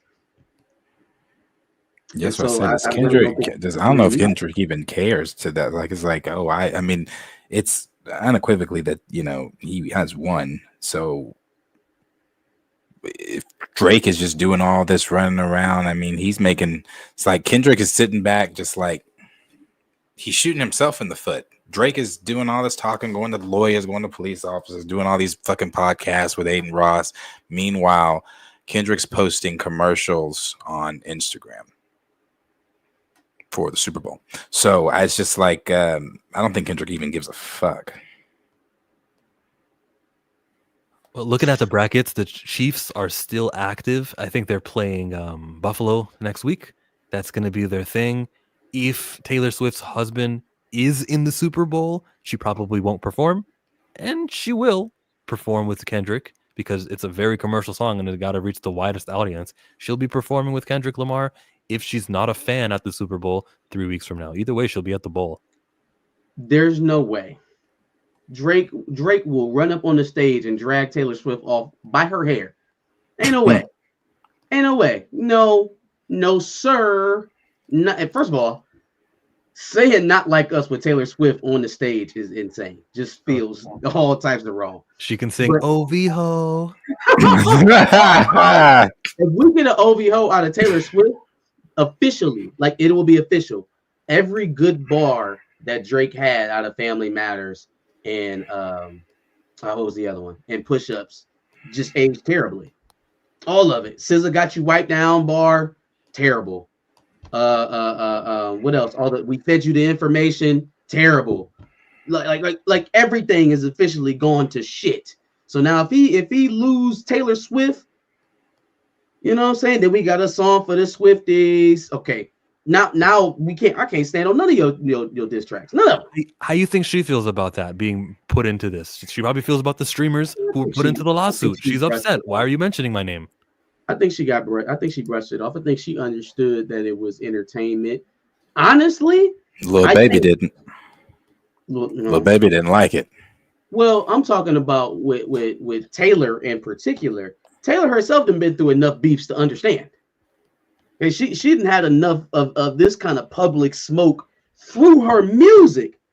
You know what I'm saying? Shit, Taylor put it on a pen before Drake will. and not be so subtle about it either. So I think she understood even probably more than what people understood at the time.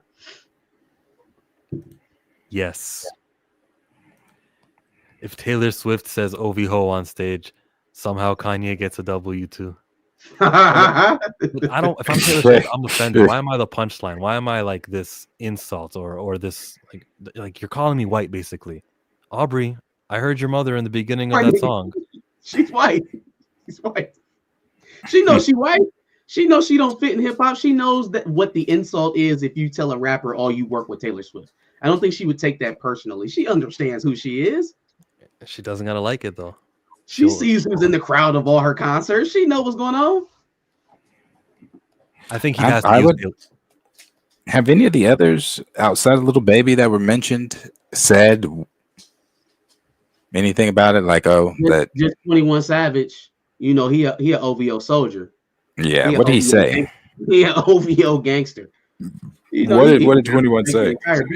He was down with Drake the entire. I feel like he said something in his song. He just had a verse where he was talking to Kendrick. I feel like. Yeah, Lil Baby was just didn't want. He's like, why I gotta be brought up? But I feel like that's like it's an immigrant thing. You know what I mean? Like he's sticking with his fellow non-American. You feel me? That's right. He isn't, is he? Where is he from again? You know, he's a Brit. London. That's right. He's from London. That's right. He's a Brit. Oh, that's right. That's right. Metro does have a case. Metro does have a case, and it's so weird that he took the stance he took and then ran away from it right as people were realizing that he had a funny case himself. It's like, oh man. So now it don't matter. Now you backing off all the Drake hate. As soon as everybody know that you got one of them weird ass cases going on too, huh? Can you say the case in a very PG way? I believe it was over assault and harassment, allegedly. Those words are not PG, but okay, yeah. Well, I mean, those are legal charges. I didn't give any detail as to what happened, what would constitute assault.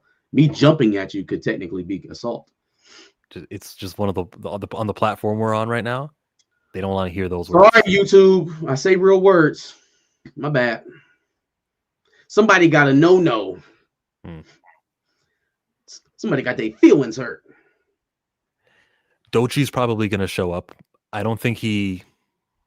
I think that's will just be her. No, but she'll be performing on her own the same way like when Beyonce was off of camera at halftime. You think she's ready for that? Like Kendrick was at least that To Pimp a Butterfly when he went on with Beyonce and he had a #1 hit that year. He had All Right. Is that where Doechii is right now? MIA wasn't ready. Like it's what do we do? We wait until they're ready, but then when is that artist who's going to give you I an think alley you oop? also you get an artist that's at their peak to also book in Kendrick as well to kind of bolster the total performance. I feel like, does Doechii have the name recognition that people are actually going to go up when she appears in front of 30 million people? You know what I mean? Maybe next 5 years. I don't know if that's necessarily the case today. I think guys like J-Rock or Schoolboy, those are much more likely along with SZA, as opposed to Doechii, who's still getting her foot. Yeah, because what would the Doechii song be? What would be the, oh, I'm so glad to see her and hear this song from her? She doesn't have Exactly. Yeah, she don't got that yet. So maybe a couple more years on Doechii. Which is also the reason why this could promote her and why you can't miss out on this opportunity. She's TDE, isn't she? Yes, she is TDE. I just think you do it. I think you do it. I mean, I would enjoy it. I'm there. I'm just, thinking NFL eyeballs. Everybody got a case but the president. Yeah, think about that, didn't you? There's a certain doctor who was pardoned, crazy, on the way out. And why exactly did he need to be pardoned? I don't know. I didn't. Everyone already signed the thing that said All right. Yeah, that's nuts. Like, what the hell did he need a pardon for? Excuse me? Mr.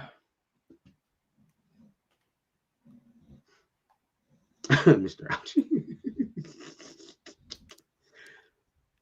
That's why they asked me. I went in there. I had a doctor's appointment. When was that? In November. God, you want your flu and your cold? I'm like, not that other one. You can keep that. Keep it.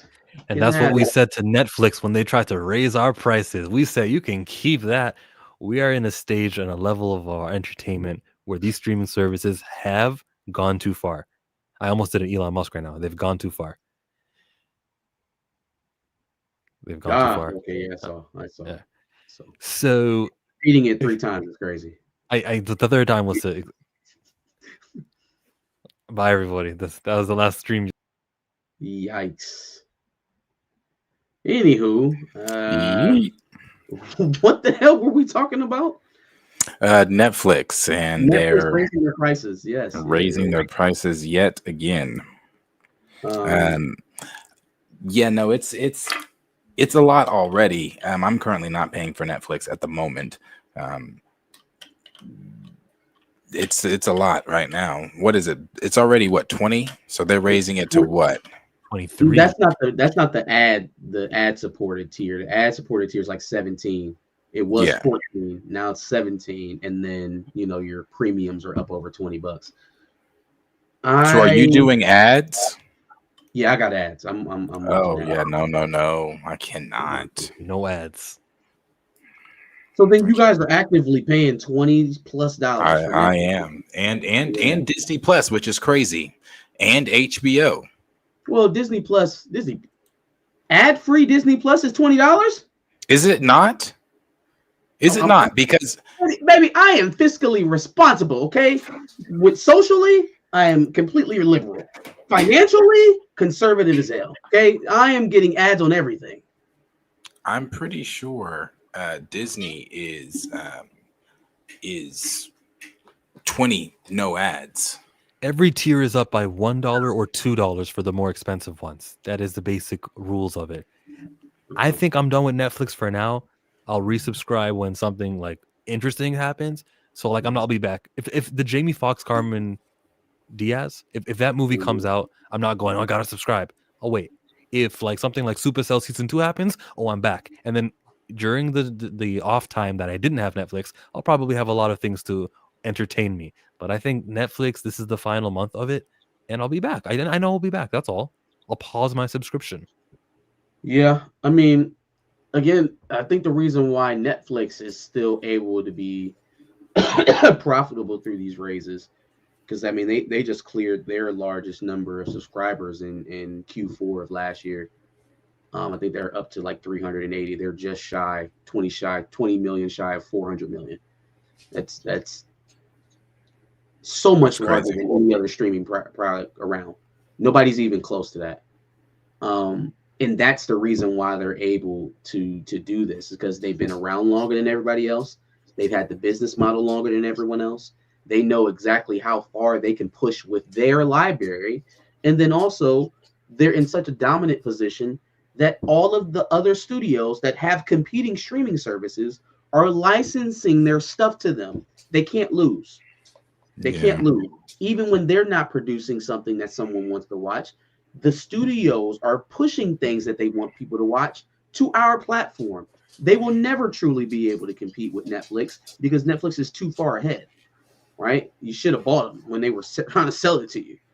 Because now, if Netflix kind of gets the attitude of a Facebook or a Google or an Apple, I would not be surprised if Netflix starts buying some of these streaming services. They're not going to survive anyways. They're not all going to survive. Right. I could see some difference, right, and relabeling to make it like a Netflix Dark or a Netflix Kids permanently on another app. So now you don't even have to change profiles, something like that, because Netflix has the apparatus to hold that, right? They've got the content. There's no one else that's even in that orbit, not even close. Yeah, I looked at it the other day. Amazon Prime, they're the next closest one, and it's really just because of the delivery thing that Prime has so many. And then Disney Plus doesn't have 300; it has 150 subscribers, somewhere in that neighborhood. Netflix wins. Yeah, easily. It wins, but I'm still unsubscribing because of the price increase. Well, no, you're not wrong, right? It's going to have to hit a price point that makes people leave in droves, right? But as they're still seeing steady growth, I mean, biggest growth quarter ever. Yeah, no, they're not slowing down there. Now, go ahead. Me or him? Or no, go ahead. I haven't. 3 years ago, they peaked, we thought, because it was the first ever month they did not show growth, first ever quarter. And we thought, oh, that's it. Yeah, you run out of people. There's just so many people. Mm-hmm. But they did some things. They switched things around, changed it around. And now they're like reaching the height of 300 million subscribers. I don't think we peaked. I don't know what that was, but for some reason, everyone's back. And they'll be back for Stranger Things and some of the live sports that they've got, like wrestling and NFL, which is going to increase people's watch time of it, because those are 2 hours every single week. You're in front of your TV for 2.5 hours. The Netflix is doing pretty good. They've done the appropriate evolution, unlike Blockbuster, but they're based off of evolution. They're always trying to evolve, and they're on the curb, or on the cutting edge. That's what they are, cutting edge. They could also, I seen somebody talking about, I don't know if there's enough budding music streaming apps, but combining with a Spotify, merging with a Spotify or something like that would be game changing. It would be absolutely game changing. I think it's just a pure numbers game, right? They throw so much at the wall that as long as they have 1 or 2 titles hit every season, they're solvent. They're good, right? They've got their subscriber growth for that quarter. So Squid Game, that's a model that can keep up. Squid Game did stick. They're gonna lose Stranger Things. They still have a season, but they're gonna lose Cobra Kai. I think that's the final season. What is next? We don't know. They don't have a big like S rank TV show outside of Squid Game. They do have a lot of A rank and B rank TV shows, and there's enough of them and enough people's niches that are being satisfied. So here's another thing that I feel like is going to happen out of this streaming era. I don't think we will see another TV show go past season 5, right? As a result of the negotiations of the writer's strike, I don't think you will ever see another TV show go past season 5.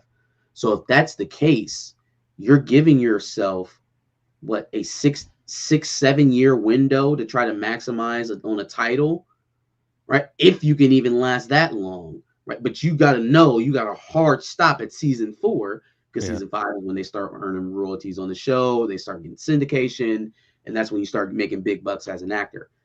Have you noticed how many shows are ending in season 2, season 3, right? Righteous Gemstones. Harlem. If anybody watches Mac, or what was it? I was talking about Harlem, but that's a Prime Video thing. But Harlem season 3, everybody, check it out. Season.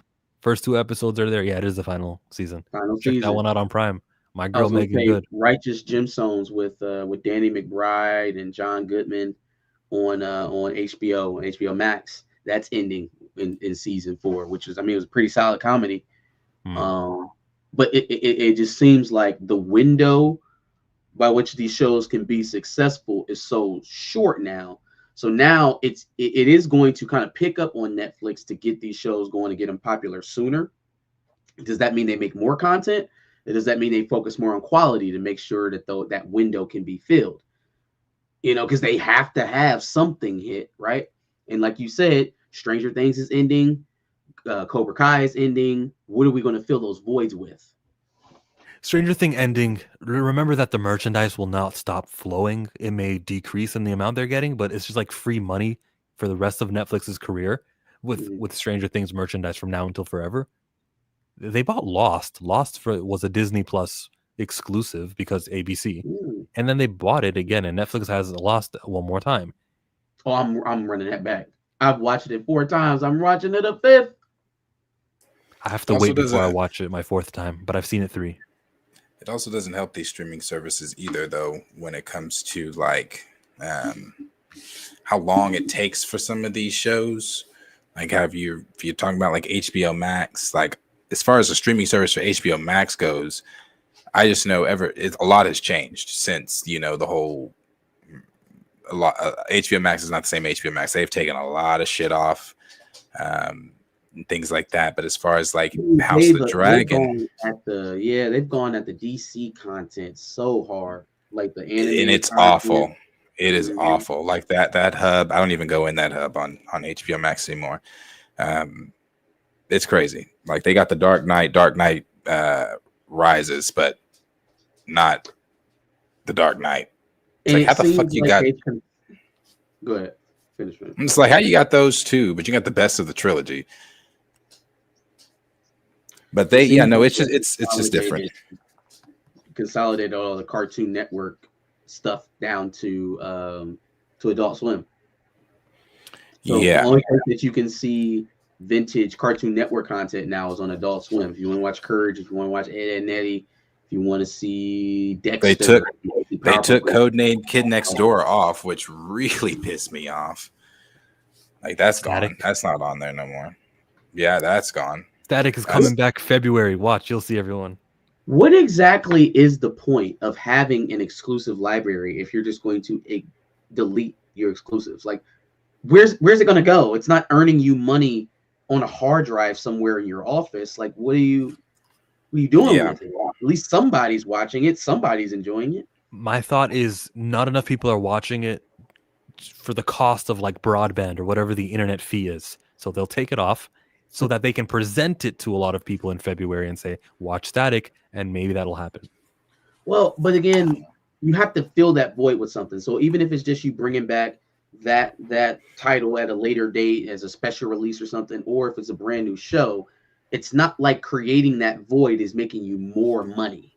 Yeah, it does. It's a because the fear of missing out. Like, oh, this show is not. Stop doing that, Darius. Like he's like, damn, these guys are disagreeing again. This is gonna be fun. If you pull a show from your streaming service, now when it's finally on, oh my god, it's here for a limited time. I didn't have the chance to see it last time. Like the way you just reacted to Lost, of how it's on Netflix now. I got to run it back because we don't know when it won't be on Netflix anymore. Maybe it was only like a 1-year deal, and it's limitedness of it. The limited nature of it makes you want to watch it. So FOMO is good for a purchase, right? But you're still ignoring the time in which, in between it was on the streaming service and the time you bring it back, all of the potential customers that you could have had in that meantime, right? If it was, it's more of a greed thing than it is increasing your wealth, because you have to take into account the amount of funds that you gave away, not having it on there at all in between when you had it on there and when you're re-releasing it. So the would-be watchers who couldn't watch it because it was off, you're saying we're losing out on them, and that's some I'm saying pleasure. People get introduced to these titles at different times, right? Like I didn't watch The Wire until I was a grown man, and if you'd have taken it off HBO at a time where I was trying to watch The Wire, I may have never watched it. So my theory, it may be a thing of you make it higher viewership the second time around when you do it. Yeah. However, taking it off of the platform completely there's still a time in there where people may have still been watching. It just wasn't the numbers that you wanted. I'm betting those people will watch it when it is available. I'm saying that they're going to show up. You're saying now with certainty that they will all show up. You're right, but I can afford losing on some of those people who would have watched it when it was not on the streaming service. Yeah, they were looking for it. A loss leader, right? Like you bring it back for people, you give it to them in a specialty form in hopes that they stay, and that's a completely different process or a way of thinking about it, going about it. If you're saying going into it that I'll take the loss to generate traffic for the entire platform, that's a different argument. But if we're saying that it's just flat out going to make us more money taking it off the platform, that's false. I mean, and it's okay, because people do that all the time. The people, Burger King sold you 10 nuggets for $1.50, right? There's no way they made money off of that, but they made money overall because people came and they bought 10 nuggets plus some burgers, or they bought 10 nuggets for their kids and they bought something else for themselves. That's kind of how that stuff goes. In the immediate, you do not make money because you pulled this show out and you made Right. people unhappy. Yes, that's right. With foresight, those people who missed out, they're going to watch it once it's there and it's on the homepage of the streaming service. This show is back. Great. I was looking for it 3 months ago. Now it's there and I'll watch it. Sopranos is another one I need to get through as well. That's crazy. Yeah, you can't even watch Ed, Ed and Eddie on HBO anymore. Both Ed, Ed and Eddie and Codename Kids Next Door are on Amazon. If you don't got cable, you are not watching those retro Cartoon Network shows anymore. That is insane. Matter of fact, I think Ed, Ed and Eddie is on Spectrum's on-demand menu, but it's not on HBO Max. It was. I you know what? I just realized I hadn't seen it on there in a while. That's why I just looked it up. Yeah, it's on Amazon Prime. For it to go to Prime, it shows you the health of the Warner Brothers streaming service and their stuff, and it shows you the health of the Disney Plus stuff, where Lost is on Netflix now. The winners of the streaming wars are Prime and Netflix, not Warner Brothers and Disney with their Max. They're trying to tag team now to make their own little thing. Even to the degree that Prime is winning, right? Like it is still pales in comparison to what Netflix is. Netflix is really the father of this era, and everybody else is just kind of trailing behind. I guess Prime is doing slightly better than the other two, but the other two don't have the benefit of being tied to a delivery service that anybody and their mother wants as well. So it's Netflix is. Would you say Daddy's back? Yeah, no, absolutely. I see all those cartoons that King's name in there. Those are all Paramount, Nickelodeon. Oh, hell yeah! I think they put the old episodes on Paramount or they rebooted it. I think the old episodes are on Paramount because I know like all the old Nick shows, Jimmy Neutron, except for Fairly Odd Parents, it's still on Netflix. All that stuff is Fairly Odd Parents is also on Paramount, but also on Netflix. But all of the Nick shows are on Paramount. Avatar is on Netflix. Yes, Avatar's on Netflix too. Not Korra though. Why the fuck is Cat Dog on BET Plus? Oh man. Cat Dog is on BET Plus. Paramount they do own BET, don't they? They own BET. That's Viacom. Oh, they do? Ah. Yep. Now, why they chose to put it on the BET menu? Hell if I know. It's on like 6 different platforms right now. Oh, I was going to say it could be an exclusivity thing, but I mean, it's not an exclusivity thing. It's just put it on BET. Yeah, see, I've been wanting to watch Jimmy Neutron, but I'm not. We'll find out Jaleel White did the voice. Right. Yeah. Or Phil Lamar. What is the Roku channel? So the Roku TV? Yeah, it's a streaming channel. Roku has their own platform and they have their own channel. So you can be a channel on Roku TV, and Roku has their own channel on their own TV platform.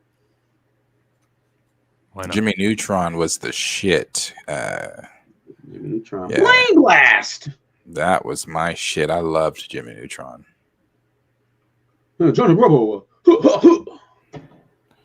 Right, Johnny Bravo was my shit too. That was all. I feel like my era what got so many good shows. Like you had in Cartoon Network, you had that era of Johnny Bravo, Cat Dog, or not, I'm sorry, not Cat Dog, Cow and Chicken, the Powerpuff Girls. You had Dexter. You had some really good. You had Space Ghost and all that stuff. Yeah. Yeah, you had all the late night, like Toonami. Toonami was the shit, first of all. Like, Toonami was the shit. Then you had on Cartoon Network, Nickelodeon. Just there was some really good cartoons back in the day. Yeah, it was honestly. So for cartoons, it was Cartoon Network and Nickelodeon. For live action, oh yeah, it was Disney. Oh yeah, for sure. Until Disney, got into that Proud Family era, got a little bit blacker over there at Disney, and I started navigating as I grew up. Jet Jackson, Proud Family, and That's So Raven. Yeah, it got a little bit blacker over there, so I started migrating, and then obviously that went to the wayside, and I stopped watching children's stuff altogether. So, Rocket Power was fire. Rocket Power was fire. Angry Beavers, Rocket Power, Cat Dog, Rocko's Modern Life, Ren and Teenage Stimpy, Robot, Danny Phantom, Kablam. I remember Kablam. Kablam, yes. The little shorts they used to do. I was not Kablam. I hated when Sweet Life came on. I didn't like the Sweet Life on deck. Sweet Life was Zach and Cody at the hotel. That was my shit. But when they moved to that damn boat, I didn't like that. I didn't like that at all. Ooh, random fact. Do y'all know what movie Brenda Song first played in? What was the first movie that Brenda Song was in? On Disney or just in general? General. Oh, I have no idea. I know Brenda Song has been acting for quite some time. Don't cheat, chat. If you know it, say it quickly. If it goes past 30 seconds, I'm going to say you didn't know. I think she was on the Bernie Mac show at one point, but I don't know.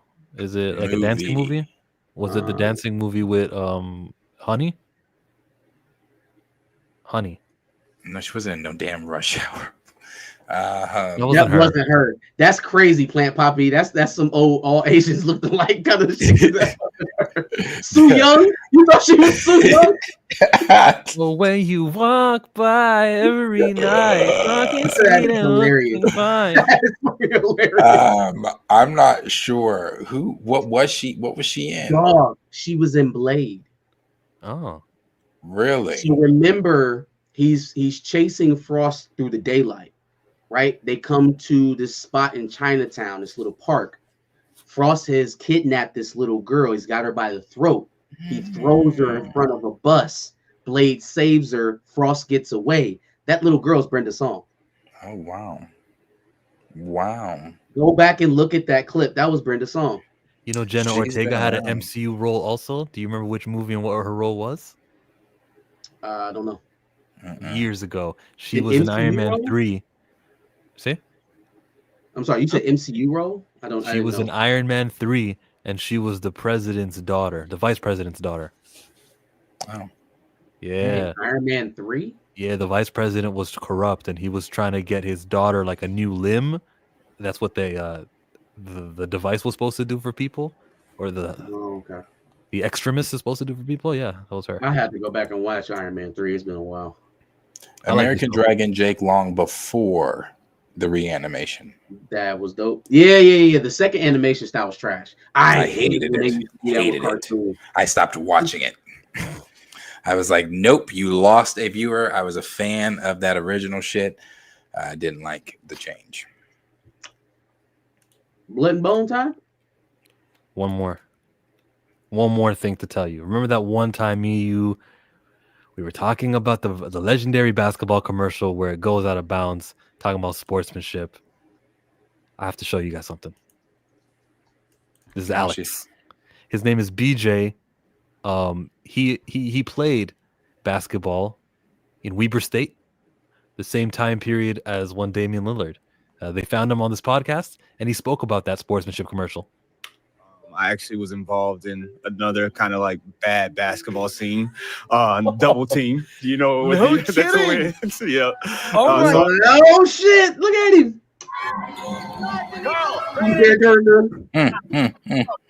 Let me pause that so they don't flag us. He was a collegiate player. He was. Oh, damn it! Excuse that. That's funny. He Double was in take. there while he was doing this bullshit. Yeah. And then here's the best part of it. Favorite moment from sitting down with him, where he kind of said, "You did not touch the ball." So this whole thing is a lie. Yeah. Let that be a lesson about the magic of Hollywood. This is all a lie. He did it twice. There were multiple takes. The take they ended up using, he didn't even touch the ball, and it's He didn't even touch the ball.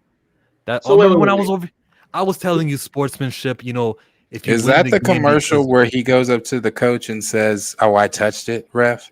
that Or, commercial, oh, yeah. I wish So one of my he boys did the would have done double some shit like team that. extra spot, and he was in the fuck ass commercial where he went and told his coach that he touched the ball.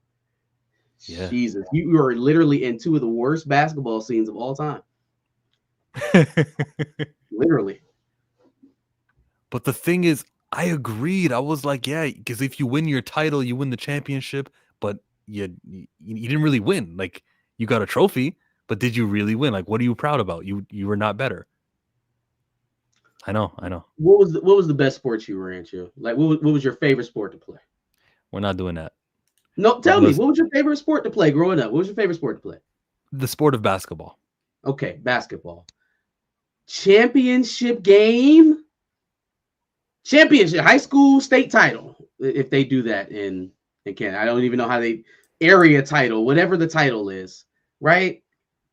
You're going to go run to the referee and tell him, Mr. Referee, I touched the ball last. Give it to the other team. Well, if I actually touched it, but as we learned from this commercial, he didn't even actually touch it. So No, what was no, I that? can no. promise you, if one of my You boys touched and it. my AAU team did that shit, oh, brother. We are Nigga. jumping you in the locker room, chill. Like, there's no. So there's what no do you debate. want? What You're do you I don't want even from know this if I'm going to be experience? able to control Do you want to have a myself trophy, from, or do you want to be the best team That's ever? Do you wild. want to know? Here's the I can thing, still man. beat you. Me touching the ball as it goes out of bounds, I can still beat you. There's still time on the clock. We can still make things happen. There was like 7 seconds left. I want to win Okay. because I was better than you, and if I can't, congratulations on winning. I'll get the No, second place trophy. hell no. We proved Yeah, for 45 minutes why we better than you. We just had a fluke that I accidentally touched that motherfucker, but I ain't saying shit either. Yeah, Nigga, listen, you things happen. I would Things grab happen in one of my sport. boys by the jersey so Things happen in sport. How Refs do you make bad celebrate that? calls. How do you put that in your Refs shelf? make bad calls. He could have just as easily. He didn't actually touch the ball, and the ref could have called it out on him, right? And then they could have lost on a bad call. You don't interject yourself to make something that's already happening go a different way, especially if it's going your way. hell yeah. That is competition at its best. You take every advantage that you can find. Each and every advantage. And so if the ref Every didn't see advantage. it and you touched it, you shut your ass up and go back to the huddle. I can tell you there's been times I've been out of timeouts and they might call an official timeout. I'm not supposed to be talking to my boys, but hey, come here real quick. Hurry up. Like, we got that time. Dropping the water. I pulled that. In the middle I'm of the okay game. with that. I'm good with that, Darius. I'm good with the Jason Kidd. But I pulled that is cheating. I got that from Jason Kidd. To get more time, I pulled the water trick. I had one of my boys run into me. We got to clean up. Oh, yeah, now we got to clean it up because I need extra time. I'm out of timeouts. This is a championship game. Everything is on. I'm going to do what the fuck we got to do to win. And I wish one of my boys would have told the ref, my bad, referee, coach, sorry. What? Okay, yeah, no, you walk home. Don't get on the bus. Now, mind you, we're in Vegas. Let us be in Vegas. And, coach, sorry. Oh, bro. I don't even think I would be able. I don't even think that's like wait till we get in the car. I don't know if I can be able to contain. Damien. I don't remember exactly how the conversation came up, but it came up. We was like, you the person that was in this commercial, where you said the ball went off you and it came up. And we stopped calling him BJ and we started calling him Bobby because it was like, man, you a snitch, like you in that commercial. It was a joke from there. We got the vibe while talking to Dame that he didn't co-sign Alex's code of honor. I've never been in that situation, but if it came down to it, I'm cheating. I'm not. That ain't gonna be a moment where I show sportsmanship, and I think that's. Yeah, what are you talking about? he got clowned a lot for it. Even to this day, when the commercial come on, I'm telling like my teammates here, like man, I played with him in college, you know. So it's like that's a forever joke.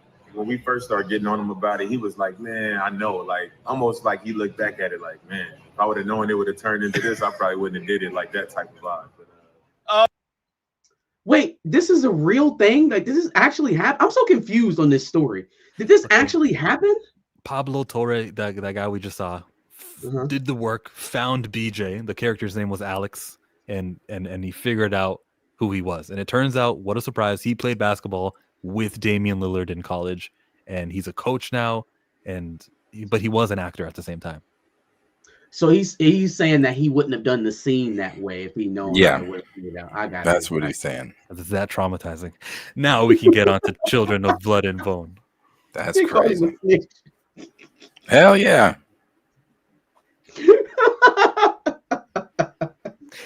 My boys would have jumped one of their teammates if some shit like that went down, bro. Dragging you into the locker room. What's wrong with you? Wait. They would wait to lose the game first, wouldn't they? I know my, just like the last group I had, they argued just in general. So I can just hear one of them if he's like, nigga, what? Like, I'm talking loud on the court too in front of everybody. Like, yeah, no, that wouldn't have went down, and likely wouldn't have gone back to Oklahoma with us. We'd had to call him a ride, call mom. Hey, bro, your son did some cheating ass shit. Tell him to go shoot some crap so he can get some money for his plane ticket home. Yeah.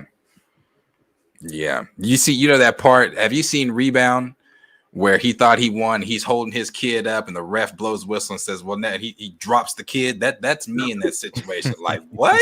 What are you? What? No. Look, I'm in the vast minority. I'm in the 0.1 percentile. I get it. You are definitely in the 0.00 because I promise you, brother, if you did that on a team, an organized team, they'd whoop your ass. There's no way anybody's about to be like respectful. Hey, we'll get them next time. Like we would win the game and then we'd laugh about it afterwards. Can you believe that one play? Hell no. Chill, I'm glad you told the referee because I didn't want to win this game with an asterisk, you know. Who would know the asterisk is there? That's the problem. Everyone knows the you would have to tell everyone. You would have to announce to everyone that there was something suspicious going on here, that there was something to call into question. You would have to bring that information. Yeah, nobody would know. Just win the game. It would be an internal strife. It's not like Isaiah Thomas at the Lakers in was it 89? One of those years, because the Pistons should have 3 titles. Something happened with a rebound. Oh my god, I forgot it. I forget. I'm not in sports mode tonight. I don't have it. Yeah. Actually, this last thing I'm saying on Swig and Move, I've had one of my boys tell me, Coach, I touched it, and we'd be like, yeah. So, but he wasn't telling me like, Coach, I touched it. What did we do? He was just like, Coach, I touched that. Like that was mine. Criminal. Yeah, bro. Did you guys win that game? I hope you lost. We were one of the top teams in the state, but that's another conversation. Let's have the conversation about Blood and Bone. Woo! Should I start with the Tommy Adeyemi? Adeyemi. Yeah. Okay. I'm sharing the wrong screen. My mistake. There. Talk to me. Are you ready to meet the cast of Children of Blood and Bone? Your Mama Akba. Viola. Your King Saran. Chiatel. Your Queen Nahanda. Regina. Your Admiral Kaya. Cynthia Erivo. The Khan, the Centauro. Idris Elba. And Zaylee's mama. Lashana Lynch. Your Prince Anan. Damson Idris. Your Princess Amari. Amandla Stenberg. Your brother Zane. Tosin Cole, Fire. Your The male fearless cast in this is crazy. Thuso Mbedo. See you in IMAX and theaters. That is a phenomenal Crazy black cast. cast. Crazy That cast. is some beautiful black talent. Crazy. That's beautiful. Gorgeous. You Love ready to see hear it. my critiques? You want to hear my critiques? Whoa, All we're right. not critiques yet. We're like 1 minute into this thing. Let's I was- celebrate the I know, I cast, want to say how baby. beautiful it was before I, got to my Listen, we complain about all of this stuff. What we don't get, we're getting it. We're getting it in IMAX also, which is what she said at the end. I'll see you in IMAX and in theaters. The last time we had an IMAX movie, Wakanda Forever, maybe, which was like a black cast, and we already know our problems with that movie, right? But the last time we had IMAX, we had a production value of this level, I think. I heard She Dreads Me talking about how a lot of the actors took pay cuts to be part of this. Salute to them. I hope Megan Good can take a pay cut also to find her way into this. I'm just selecting an actress. She was on my mind, but like anyone, literally any actor who's just got that month off while they're shooting this can be like, I can be on set. I can be in the crowd and do a reaction shot. Let me be part of this movie. I don't want to not be part of this movie. I hope like a lot of the other actors kind of come in and join it and treat it like the celebration it's supposed to be. It's amazing that I've complained, especially when Professor Snape was race swapped. I was like, guys, just find a novel, find an author, and just elevate their book, because there's no reason why Harry Potter can only do it like a Lord of the Rings. You can find it. Paramount did it. Actually Lucasfilm had the rights to this IP, but they were taking too long. And Tommy Adeyemi, she said, nope, I'm going to go somewhere else. And there was a bidding war that she won. Guys, there was a bidding war for a black-owned IP. That's crazy. Her success, it says #1 New York Times best-selling author. Her success is translating to different mediums. And, there's a market for book reading. There's a bigger market for movies. And the lives that this is going to touch, like this world that the first page. Can you guys big screen me? This world that she's drawn up. You can see Legos up there. How you do that? I'll do it. There, I found it. Oh, there we go. Lagos is on the map over there. So that's the only Nigerian city I know about. But that's like when we open up with the book, that's what they introduce us to. This world kind of reminds me of Westeros, except this continent or this land kind of looks like Africa if you look at it, right? Yeah. There's the Horn of Africa, the Somalia horn of it. It kind of looks like Africa. So that's cool that she put this thought into it. And I want to be introduced to all of these places in the Yoruba or the Orisha. The Orisha are the pantheon of gods, I believe. The deities. Yeah, see, I haven't read this book yet. I don't know anything about the IP yet. And so I'm seeing a lot of similarities to other. I guess I'm just going to go ahead and run with the not even negatives. It's just things that I wish didn't coincide with this. So there's similarities to other projects that had either already graced the screen, or were in production to be made before some unfortunate events happened.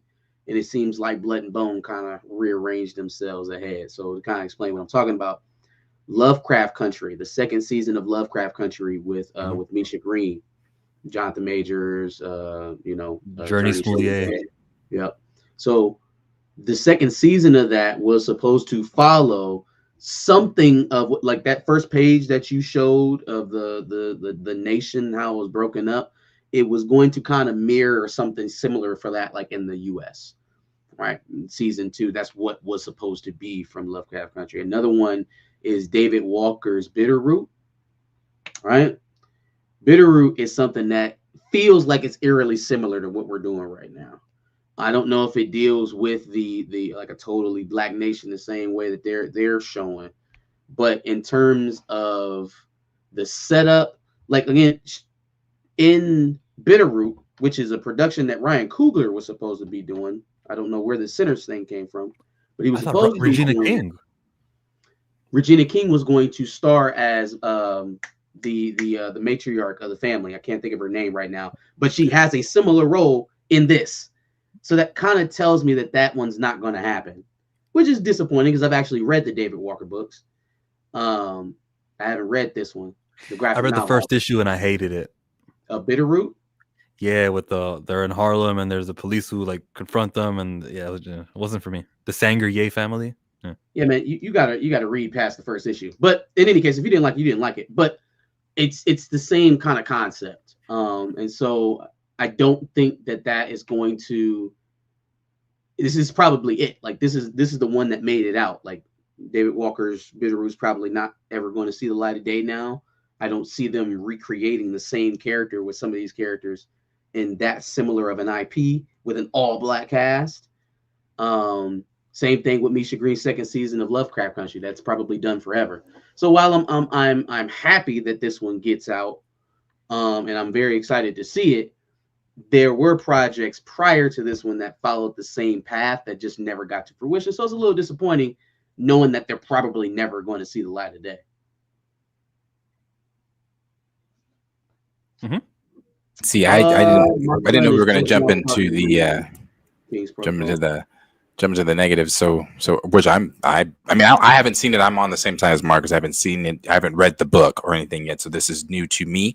I'm quite interested in it. Of course, that cast is phenomenal. So that obviously that is the piqued my interest the most in everything. But I will agree with what I'm seeing Critical Mass say. I don't know anything about it, but that is the biggest thing that I've seen on Twitter is the criticism of Amanda Steinberg as the princess, I guess, in this because of the colorism. People saying that Hollywood does it again, cast a light-skinned actress as a dark-skinned character. Again, I don't know anything about the book. I'm just saying what is out there. So does the character's skin cut, like their complexion, play a role in how the character was built up, I guess? I mean, I'm asking chat since we haven't seen it. Does her skin color play a role in how the character is built up? Is it an integral Critical part Mass says, I've read the books. There is an issue with the casting. Or there are issues with the casting. Well, like I don't think I would take it simply at face value that like, oh well, the character's supposed to be dark skinned and she's light skinned, she can't do it. I wouldn't take it at that. But if you're telling me that there was some arc where her complexion played, a part for her to mature or grow out of, or it was a point of strife, a hardship that she had with somebody, it actually played a role in who the character is, then yeah, that would probably upset me, being a reader of the book. Here's an excerpt. Samara, mother's voice breaks into my thoughts, pulling my focus back. Have I mentioned how regal you look today? I bite my tongue and drain the rest of my tea. Though mother says regal, the word lighter hides behind her lips. Like the regal Oles who can proudly trace their lineage back to the royal families who first wore Orisha's crown. So regal and light, it was a dog whistle term. Here's another page. Constant. Oh, okay. We got two excerpts. Here's another page. As I peek at Samara from behind my cup, I'm struck by her now soft brown complexion. It was only a few luncheons ago she shared her mother's mahogany coloring. You are too kind, Your Majesty. Samara looks down at her dress in false modesty, smoothing non-existent wrinkles. You must share your beauty regimen with Amari. Amari, by the way, is the name of the Amanda's character, okay? Princess Amari. You must share your beauty regimen with Amari. Mother places a cold hand on my shoulder, fingers light against my dark copper skin. She lounges in the garden so often, she's beginning to look like a farmhand. So what do you think to that then? Does that address what you were talking about right before? So, and again, I haven't read the book, so I don't know. This is a little out of context. If this is something that's constant, like if she's treated like the redhead stepchild of whatever royal family she's in or something like that because of her skin tone, that does kind of change the entire complexity of the character or the dynamic of the character if you make her a light-skinned person. If it's something that's just kind of lightly mentioned in certain parts of the book, I guess you can flip it on its head. Right, if this is a all-black country, maybe they're now mocking her because she is light of skin instead of darker skin. You could change it that way. I guess it's easier to just cast a dark-skinned person. I don't know if Mandela couldn't play a different character in the production as opposed to this one, but I'd have to kind of defer to someone who knows more about the character to say for sure. It sounds like Samara, that woman that we were just reading about. Amanda could have played that character, would have been more accurate, but maybe the role was smaller. We have to also remember this movie probably isn't made without the superstar cast right here. So there's some liberties are going to be taken. Part of it, and then also recognizability, right? Like when Amanda steps into Wakanda, Black Panther, even though it hadn't been put on the big screen at that point, it's easily more recognizable than this. So you would have a little bit more information to go off of to kind of gauge yourself and where you line up in that production, as opposed to this. You have nothing to go off of. Like, this will be the first iteration, and she hasn't scraped through the books before she accepted this role. Are you expecting her to kind of divvy it out the way that she did for Black Panther? Shuri. She was supposed to be Shuri, and she said no to it. And there's a Vanity Fair article. Critical Mass says, yes, Marcus, her skin is darker than her mother's, and her mother disses her about it. Bro, I'm telling you, I read the book. I believe you, Critical Mass. I don't know why Marcus is discrediting your experience. Like, if you said I ain't discrediting no. I'm saying, if that's the case, then yeah, this is a bad casting. It's a bad casting. It's an inaccurate casting. Well, that's why I'm just saying I can't comment on it outside of what I've seen the people that have read the book say. I have not. If she's supposed to be dark-skinned, I guess it goes to the same complaints we give about the rumors of them casting a light-skinned T'Challa. Why? If it is not accurate to the character's origin. Well, a light-skinned T'Challa is impossible. Like Nigeria is far away north from the equator of where Wakanda is supposed to be, where I can see a little bit of variation or a lot more variation in skin lightness. Yes, but is she light in the book? She's not light in the book, and therefore it's inaccurate, and we agree all three of us go there. I want to add, though, I don't want to see a traumatic theme of colorism played out on my screen. I don't want themes of trauma and slavery. Colorism is another one. So if that means that this movie won't have that undertone or undercurrent of the book, that mom keeps making fun of her skin, then I'm going, fine. Like, that, this is actually a good thing to come out of this inaccurate casting. There is a good thing that comes from it. Now, you can still tell me, Chillmonger, shut up.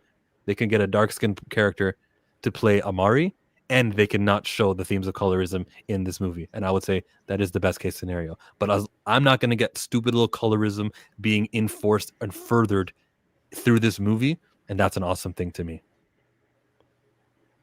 Silver lining. I mean, I guess it's one less point of conflict that we have to deal with. But I guess, so let me pose this question to you.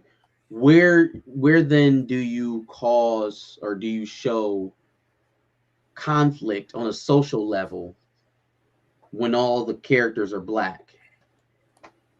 Like, where else does that, what's the acceptable amount of conflict? What's the acceptable amount of real world, stuff to implant into the movie? The question implies there needs to be real world social commentary conflict that are doesn't. None. Yeah, so none. Okay. I mean, I guess I don't know anything about this book.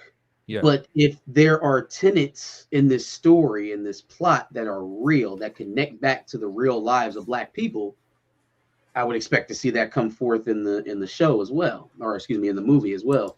So I guess I just don't know enough about the story itself to know whether or not that's going to play a role at all.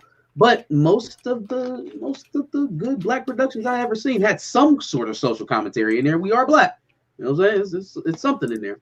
It's about returning magic back, so I'm sure there's a allegory somewhere else in there that is not propagating colorism. Even if they're trying to make it seem like she's the victim and we should be sympathetic towards it and we should be against it, just putting it in the movie is like too much. Let's not represent that theme. To me, escapism is powerful. It kind of brings us back to the Sam Wilson coloring book thing. Illustration book. I don't want to talk about that though. The next kind of controversial thing is, are they hiring Nigerian actors? This is a Nigerian story. The actors are from all over. Aside from Damson Idris, everyone else is either American born or some. No, these are all Black Brits except for Viola Davis and Regina. Everybody else is a Black Brit, brother. Thuso is from Oh, South and Amandla, Africa. excuse me, and Amandla. Thuso is from South Africa. And is But Issa Rae in this? he's She's from Senegal. British, right? You said Issa Rae's not in it. Who are we talking about? I keep talking when you're talking. Go ahead. Who's from South Africa? I didn't hear you. Thuso Mbedo. Okay, I don't know who that is. Which guy is Woman that? King. She was the lead. Ah, okay. She plays Zaylee. Oh, yes, the little girl. Okay, got you. She's from South Africa. Okay. Okay. Yeah, Anything Viola is in, I support her. She is phenomenal in everything. And how do we know her lineage doesn't? I'm sorry, except for that Michelle Obama thing. That was tough. So wait, it's important for you in this production for there to be Nigerian actors? No. Okay. Not my I stance. just wanted to make sure. It is the next dramatic kind of negative, since we're in the negatives, that here they go again, Hollywood. And I would tell those people, does this film get made without this cast? No. I get it, and I understand the problem. In a perfect world, we get these top A-list Nigerian actors to play it. There are no A-list Nigerian actors. They're Damson Idris, and John Boyega, I guess. Yeah, I mean, I wasn't taking it from that angle, but I also don't feel the need to match ethnicity in that way, because that's just not the way that things are currently going with Black projects in Hollywood. Who played Harriet Tubman? Cynthia Erivo. Who played Martin Luther King? Who? What's his name? Your boy, who they also said was being eyed for T'Challa and turned it down. Bensley King Adir. Aaron Pierre. Name? He was in shit. Oh gosh. He was in Jack Reacher. He was in David Oyelowo. There you go. David. Yeah. David Oyelowo. Well, Oyelowo. I named a pilot after him because he was a pilot in Red Tails. So in my is his wife white? His wife is white, isn't Bro. she? I'm pretty sure she is. I mean, she probably I'm pretty is. sure she is. That's not my point, though. I think she is. Is that if it's not a requirement for you to be of African American descent for you to play Martin Luther King, I think anybody can play these characters as well. And then I would tell the Nigerians who were pissed, the transatlantic slave trade was a long time ago, and the part of the world where many of these Americans are descendant of is the same region that you're complaining they're not from. So it's enough to me to go same part of the world. And like Nigeria, or like, let me say this, a remnants of the colonialism are these countries and these borders and these lines and stuff like that. I'm good and I go, oh, that's a West African, even if they're American born with American grandparents, like for the next 8-9 generations. I still ethnically recognize you as home to there. Like you guys have a great 11 times over a great grandparent that you share, and you're Nigerian, but they're an American. It's a complaint I have to recognize. I hear it. I'm sure they'll fill out the rest of the cast with locals. And maybe once the sequel, because there are 3 books in this trilogy, the Legacy of Orisha trilogy. There's 3 books, and I just dropped something. I dropped my DeMar DeRozan book. The sequels, they could look for a Nigerian actor to, whoever's that new actor who's in the book, new character who's in the book. They can start getting creative with it because they don't no longer need the star power to sell this movie. And then also, I mean, like the star roles or the speaking roles aren't the only roles in a movie like this. If we're trying to create a nation full of Black people, there are plenty of places for you to hire extras, for you to hire, grips and stuff like that of actual Nigerians. If that's what you're going for, it's not that hard to do. And the only way that you can serve, or there's not only one way to serve that either. Like a starring role is not the only way to represent Nigeria in this movie, if that's what you're seeking to do. If you're really worried about it, if you care, then it would come through in other aspects of the film, not just in the actual physical representation of a Nigerian person. You sound like Disney. I don't sound like Disney. There's more to Nigeria than just a person who's from Nigeria. What if they find a white Nigerian? Then Nigerian is represented, huh? That sounds like Disney. Yeah, that's Disney. I'm saying, if it's that important to you, then it shouldn't be superficial. It shouldn't be, okay, box checked, we have a person from Nigeria. You should incorporate aspects of that culture into what you show on screen, the areas that you shoot in. Go shoot in Nigeria. I'm sure you'll get a nice hefty tax credit for doing it in a foreign country. You know what I'm saying? Like, they're filming in South Africa. You.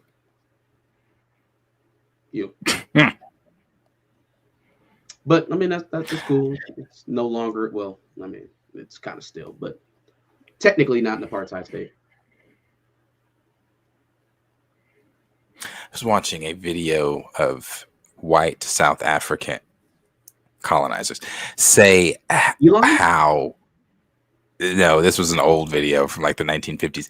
Say why the South Africans should get should be able to participate in some of the buildings and building that they were doing and things like that, or benefit from some. I was like, it was two white people talking about, one defending why and one going. I was like, look at the two.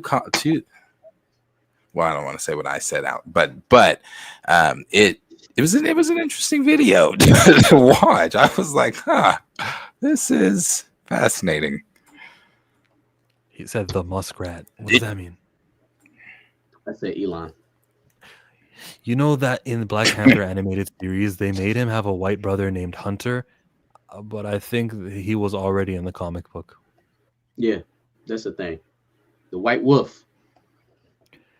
If this movie takes off, this and all of the tickets Dramac pledged to buy, help this movie take off, it'll be great. If it doesn't, I'm going to look at that January 2027 release. If it's coming in January 15th of that year, yeah, great. IMAX screenings, that's awesome.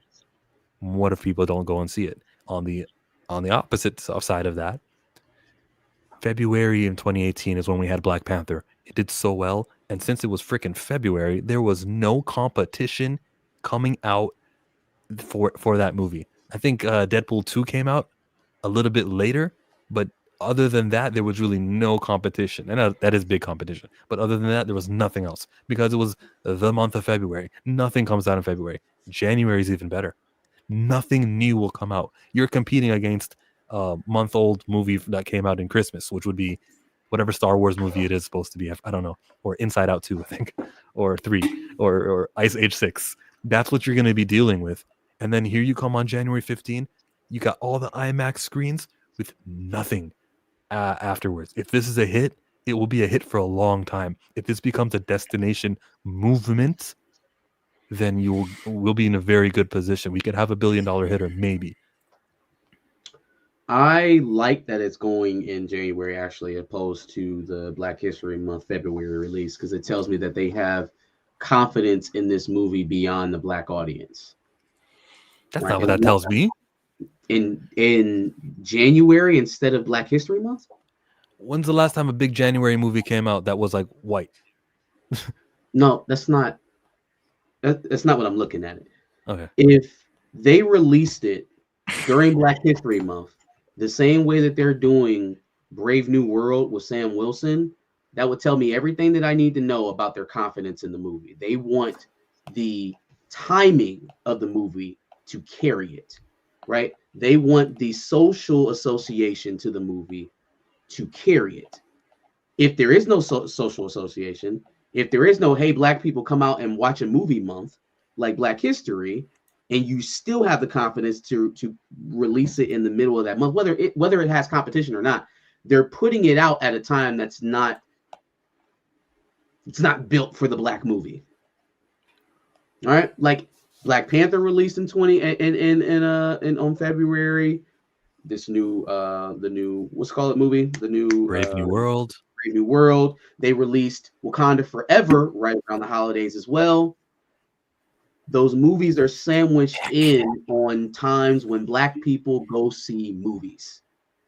First of the year, right after Christmas, right after New Year's, that is not usually a popular time to go spend a whole bunch of frivolous money.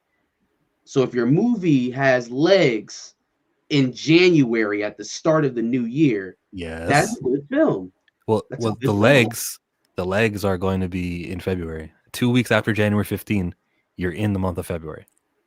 What is going to be their biggest chunk of the draw? It's going to be during the opening, right? The legs first 5 days grow. Yeah. First 5 days of a movie's box office gross are always half of what it eventually does. So we're not paying attention to the November weeks because that's not what we're trying to maximize. We're trying to maximize a big opening. Gotcha. And conventional wisdom would tell you, oh, just go to Black History Month. Black people will eat it up. So if they're not doing that, that tells me that they have confidence in the audience beyond the Black audience. Well, then why not May or June? Well, we could say that the IMAX screens are taking. Yeah, we still got time for it to get pushed back or reorganized. Ooh, that'd be interesting if it does so well and they see the movies and they see the dailies. The producer sees what he has on it, and he goes, "No, this is not a January release. We better fight whatever studio has those IMAX screens in July. We got to take the July and."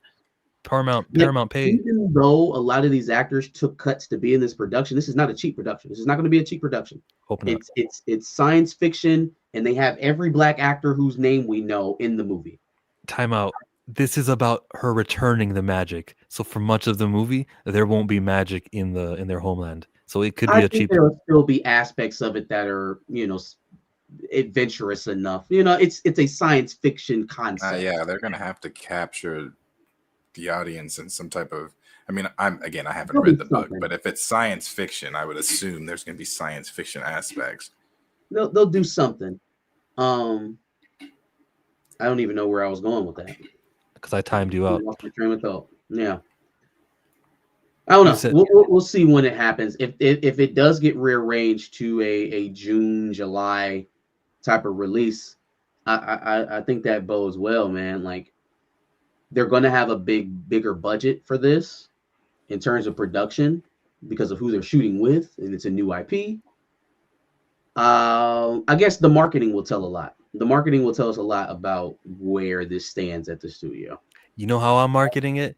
I'm saying, I bet you Critical Drinker's not going to review this movie, huh? He had so much to say about 6888, not this one, huh? He had so much to say about Woman King, huh? Where is that? You get all the tweets. Easy. The woke fest of Children of the Boon. Oh, no, that's Irish. He's not Irish. I'll take it. I'll take it. Scottish. Scottish. See you in another life, brother. If the actors maybe have a deal where they can get a bonus or a back end, if the movie grosses X amount, then all the pay cut actors are entitled to, for every extra million, they get 1,000 or something like that. I would hope that was sort of like why they took it. They'll say, fine, we know we'll get only paid like a hot dog and a handshake to do the movie. But then if it's successful, we are entitled to a little bit on the back end. K.O.Joe said it's definitely fantasy. Yeah, it's not as much science fiction. It's more fantasy, which even still, if that's the gist of the story, I do expect to see some kind of teaser, if it's nothing but a flashback of when the magic was there. I want to field this question, but I'll answer it next. Now, one of you guys can take it. He says, who gives a shish how much money it makes? Talking about movies this way takes power away from creative. Look at the films that came out in 94 and imagine talking this way about them. So who cares about how much money it makes, Darius? Because different times too. Money changes, audience changes, pricing of things have changed, the demand of things have changed. What it costs to see a movie in 94 is not what it costs to see a movie now. It costs me personally, $20 to see a movie. And that's just me alone. I haven't bought popcorn or anything else like that. So there's a lot more that goes into that. So talking about why doesn't, what makes money, it's not so much that we're talking about, is that does matter. Hollywood's looking at that. The production companies are looking at that. The studios are looking at that. Like if your film, it's a Black production. If your film's not making money, they're going to be like, oh, okay, next project. And we're never going to hear from that project again. That budget with a fine-tooth comb. Every dollar will be accounted for. You ain't gonna be able to wipe your butt without getting an invoice. Like most things I see differently with aggressively relaxing, it's racial. It's like the money that it makes allows for other black movies to claim. You see the stigma about we don't sell internationally, like that's all. And then even this getting a trilogy and a sequel and a trilogy relies on the money that it makes. And we're giving a shout out to the actors who took a pay cut. Also, the money is pivotal to this conversation, just for the racial reasons only. I'm not over here saying like it's going to be a bad movie adaptation. Like that's a different conversation we can have. Which, by the way, everyone, how closely adapted to this book does it need to be? I already got the author who's part of this. Yeah, the castings are wrong. Yes, the ages of some of these characters are off. But again, I have to remember that this movie doesn't happen without these castings. It doesn't get greenlit. Paramount doesn't pick it up. Or like, I need, as much as I need accuracy, I understand this is an adaptation and it doesn't have to be one for one. Harry Potter wasn't one for one either. If it can I think having the writer involved gives me confidence that whatever changes are made will be subtle or will be smooth enough that it shouldn't affect the audience. Now, if she comes into this and she makes changes that are so off-putting to the audience, that's pretty concerning for the future of the franchise, because then that tells me you may have a problem adapting to the big screen, because you should be able to please your audience, right? And if she's that headstrong about, not going with certain studios, she's willing to walk away, say no, wait for a better deal to come back around, then she's not a pushover, right? And so I can trust that she's protective over her story. If she was a pushover, this would still be in purgatory with Lucasfilm. Exactly. She's not a pushover. She knew that this is a best-selling book. Mm-hmm. And so that lets me know that, again, she'll protect her IP. She'll write something that's coherent, at least. I guess the benefit for guys like me and Darius and even Chill right now at the moment is that there is no level of expectation, right? There's no expectations built on it, and that's what it is for a lot of fans. So she'll have an easy run of it, I think, in that regard, in terms of accuracy to canon, because it won't be known. It won't be known to a lot of people. A lot of people, similarly to what they did with Black Panther, will build their knowledge of the IP based off of this introduction. So it won't be hard. It'll be the hardcore fans that'll probably bring her to task for it, but I think she's smart enough to know how to please those fans at the same time.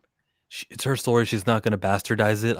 I know she won't. She'll make differences because this is the movie and it's a book, which is kind of what George R.R. Martin said in that famous quote. They'll tell you it's the movie, that's why it's got to be different, and then they'll, change things. But this is the author herself doing the changes, so it's for good reason, or it's for appropriate reasons that we can justify. Like I keep justifying, the cast needs to be these stars, or else they need to be not Nigerian, or else it wouldn't be made. It wouldn't get the attention on this stream right now, and every other person who's talking about it wouldn't be talking about it without Viola Davis, who's not Nigerian, or Tosin Cole, my boy from Supercell, who his star power after 3 seasons is going to be a lot, because 2027, that's when this movie comes out.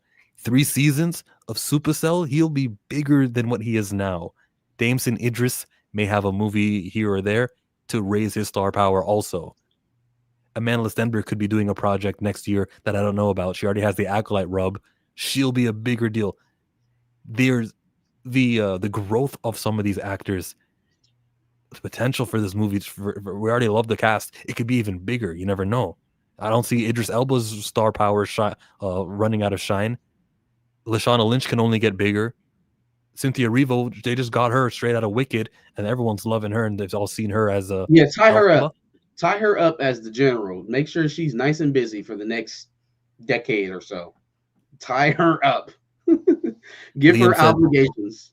Liam gives her Nigeria credit. Okay. All right.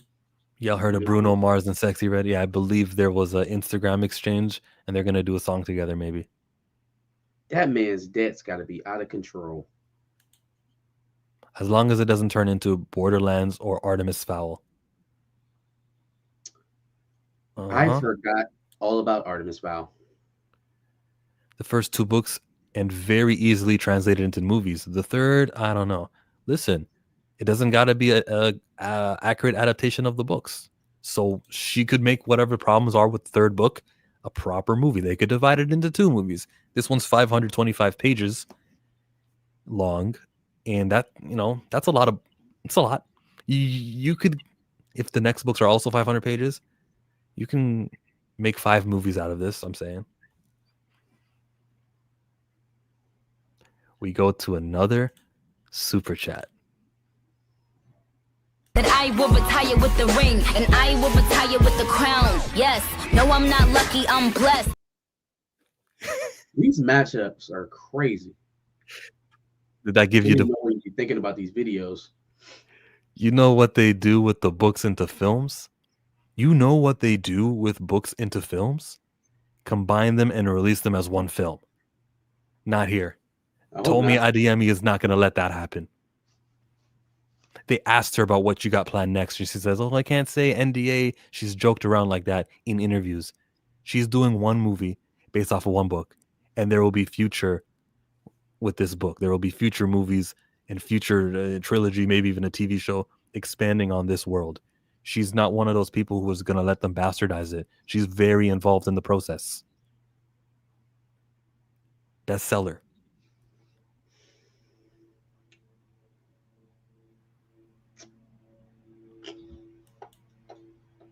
Good night, everyone. Well, thanks for coming to another Pantheon episode.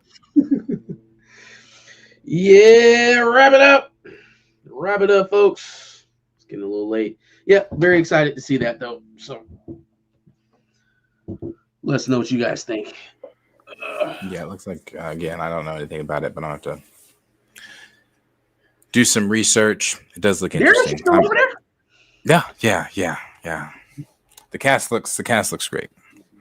So you had me with Viola Davis. Viola, Regina, the male castings is something that's what I wanted to get to. That's a positive. I don't think you'll see that again this decade. Damson Idris Alba, Tosin Cole. Now, in the next 5 or so years, obviously Idris has already got his name set in stone. Those other 2 names I expect to grow exponentially. So the fact that all 3 of them are in a movie together will be something like how they had like Clooney, Pitt, Damon all in the same movie in the Ocean's movies. That's what we're approaching. It may not feel like that when it first comes out. Hindsight will show us that that's what that is. Because I mean, those are 3 of the biggest names. Tosin is on the rise. Damson is next up. Idris Alba is an elder statesman. So you just don't get that, and I think it will be one of the only ones here in the recent future.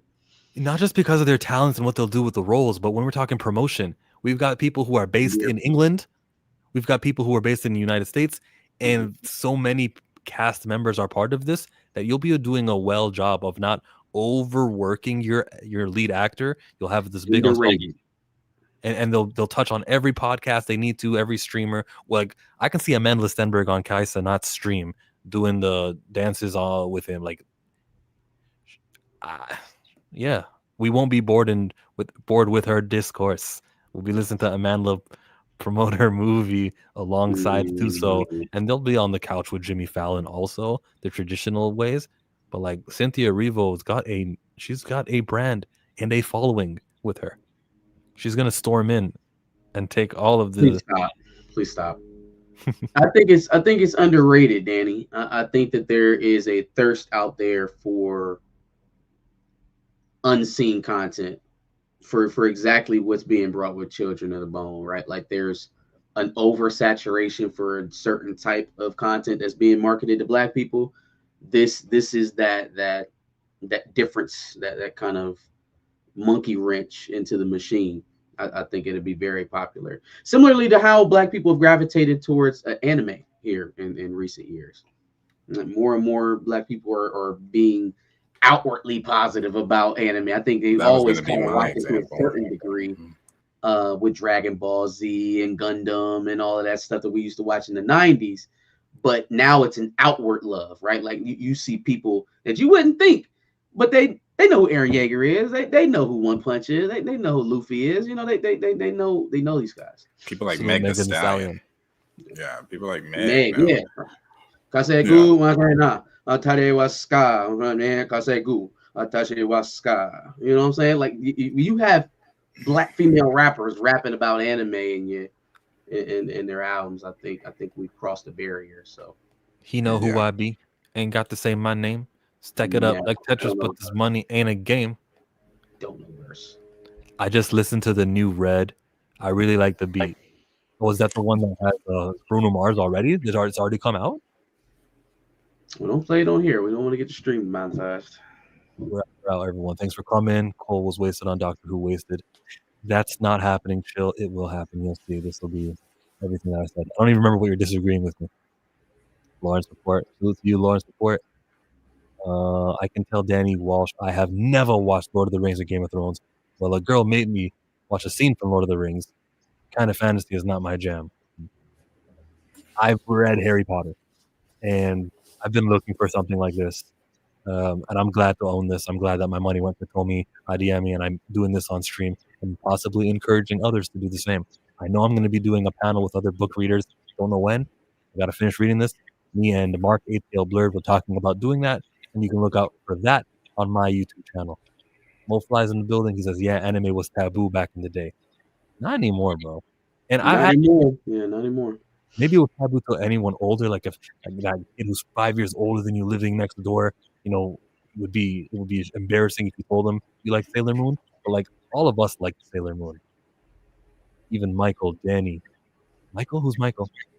I was not a Sailor Moon fan. Oh, you didn't watch Sailor Moon?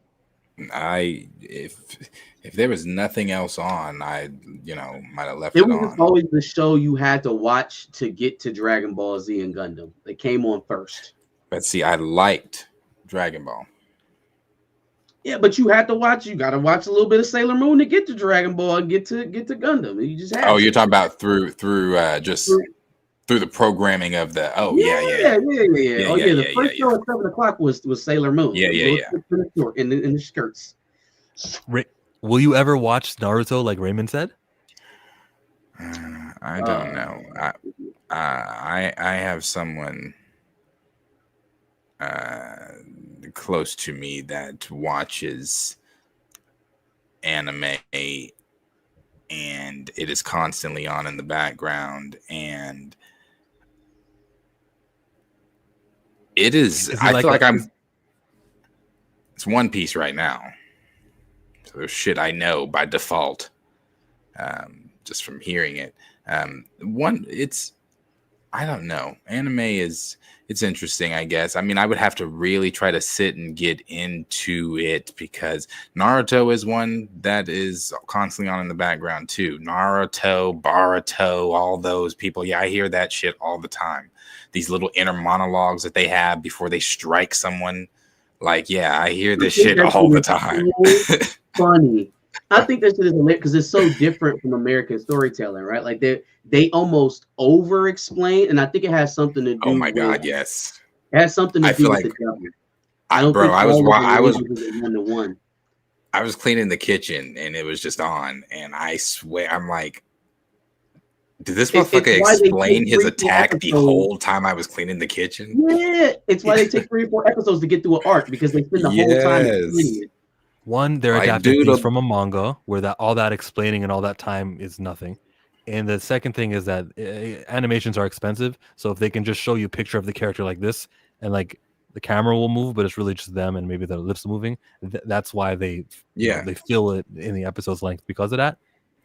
This person who you mentioned is watching anime. Is it like someone who will be in your?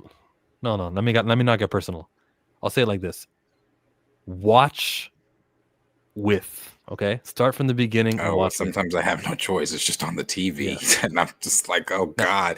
But like, again, it's for me, I watched like maybe 2 full episodes of Naruto. Couldn't tell you what when did you start, episodes. though? I just was there. I don't know. You need to see this in order. This isn't a comic book. This is everything that mattered in the past. You will watch everyone who knows Might to Guy. Tough. We were watching Rock Lee open the 5th gate, and we're like, oh, he made it up to 5 gates. What does that mean? What does it mean when you make the 8th gate? We don't find out about the 8th gate until 700 episodes later, and 600 episodes later. There's 700 episodes of Naruto? A lot of it is filler. With a filler guide, it's not really 700. Brother, there's a lot. There's a lot of these One Piece episodes too. Yeah, that's why I've already reserved myself to never watching One Piece. There's just too much.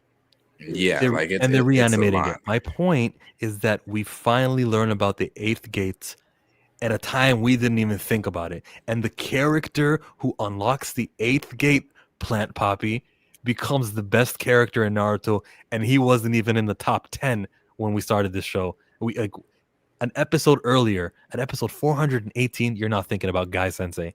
At 421, you renamed the show Guy Sensei for what he was able to do. Yeah, man. My official recommendation is Attack on Titan.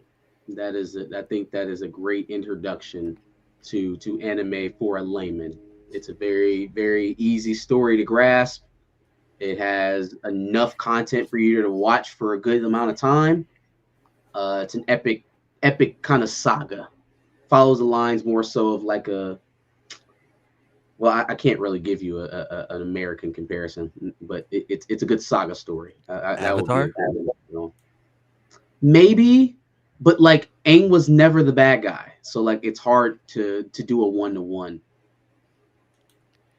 Give me 26 episodes of a contained story and I'm good. I think Death Note is another one of those. Not 26, maybe more. Yeah. Attack on Titan might have been 50 episodes. Mm-hmm. Yeah. I've heard Attack on Titan just because like I said, I'm around anime people. Attack on Titan, Bleach, all those. Find one of these anime people, whoever they are to you, just find them, let them sit you down and begin it with Naruto. If you can, I'm just saying, depending on who this person is. If you got a kid, you start with Naruto. Yeah, it's just like I said. The episode I saw, some dude in like a gray trench coat, the Akatsuki, whatever. I think so. Yeah, I think that's him. This motherfucker was in his head that entire episode. Was just like, oh, how did he know? Is it my power? I'm just like, can we get to that? I think that was my thing. I was like, damn, no one has struck anyone in the 28 minutes we've been sitting here. I'm like, Jesus, it's just. But hey, I don't know what episode that was. It might have been like 400. I don't know. But were there bugs in the episode? That's Shino. I don't think there were bugs. A gray cloak. There's a lot of episodes with that big mom girl, the pirate queen, pirate king. Oh, that's One Piece. Sorry, I get them confused. Yo, shout out to your friend who's introducing anime to you, or whoever it is introducing anime to you. Marcus, any last words? No, that's it for me, man. Thanks, folks. Watch me on Back of the Bus this Sunday around 4 o'clock. I'm going live. Tune in. Tap in with me. You streaming in the daytime, Darius? Yes, I've been working on my layout for my streams as far as like just everything, fixing some things, new intro, new Happy layout. Birthday. Yes, happy birthday. All of those things. So that's why I haven't been live to stream this week. I've been trying to get all that. And then, as you can hear, my children won't shut up. They're ready. But and then they're trying to get the rest of this fixed. But yeah, no, I'm ready for everybody to see the new layout. The new layout it's nice. I'll be streaming tomorrow, talking about that Tony Weaver stuff, about the Sam Wilson book also. So look out for that on my channel. You want to join that one, Marcus? Or is it just going to be a solo chill? You want me to come on there? Sure, absolutely. Yeah. We'll talk. thank you for coming. That's another Pantheon. Hey, I've been watching y'all every single time on Thursday and Friday because I swear to God, y'all switch up every now and then. But rock out. I'm fucking with it. I'm out. Thank you, Josh. Appreciate it. I doubt.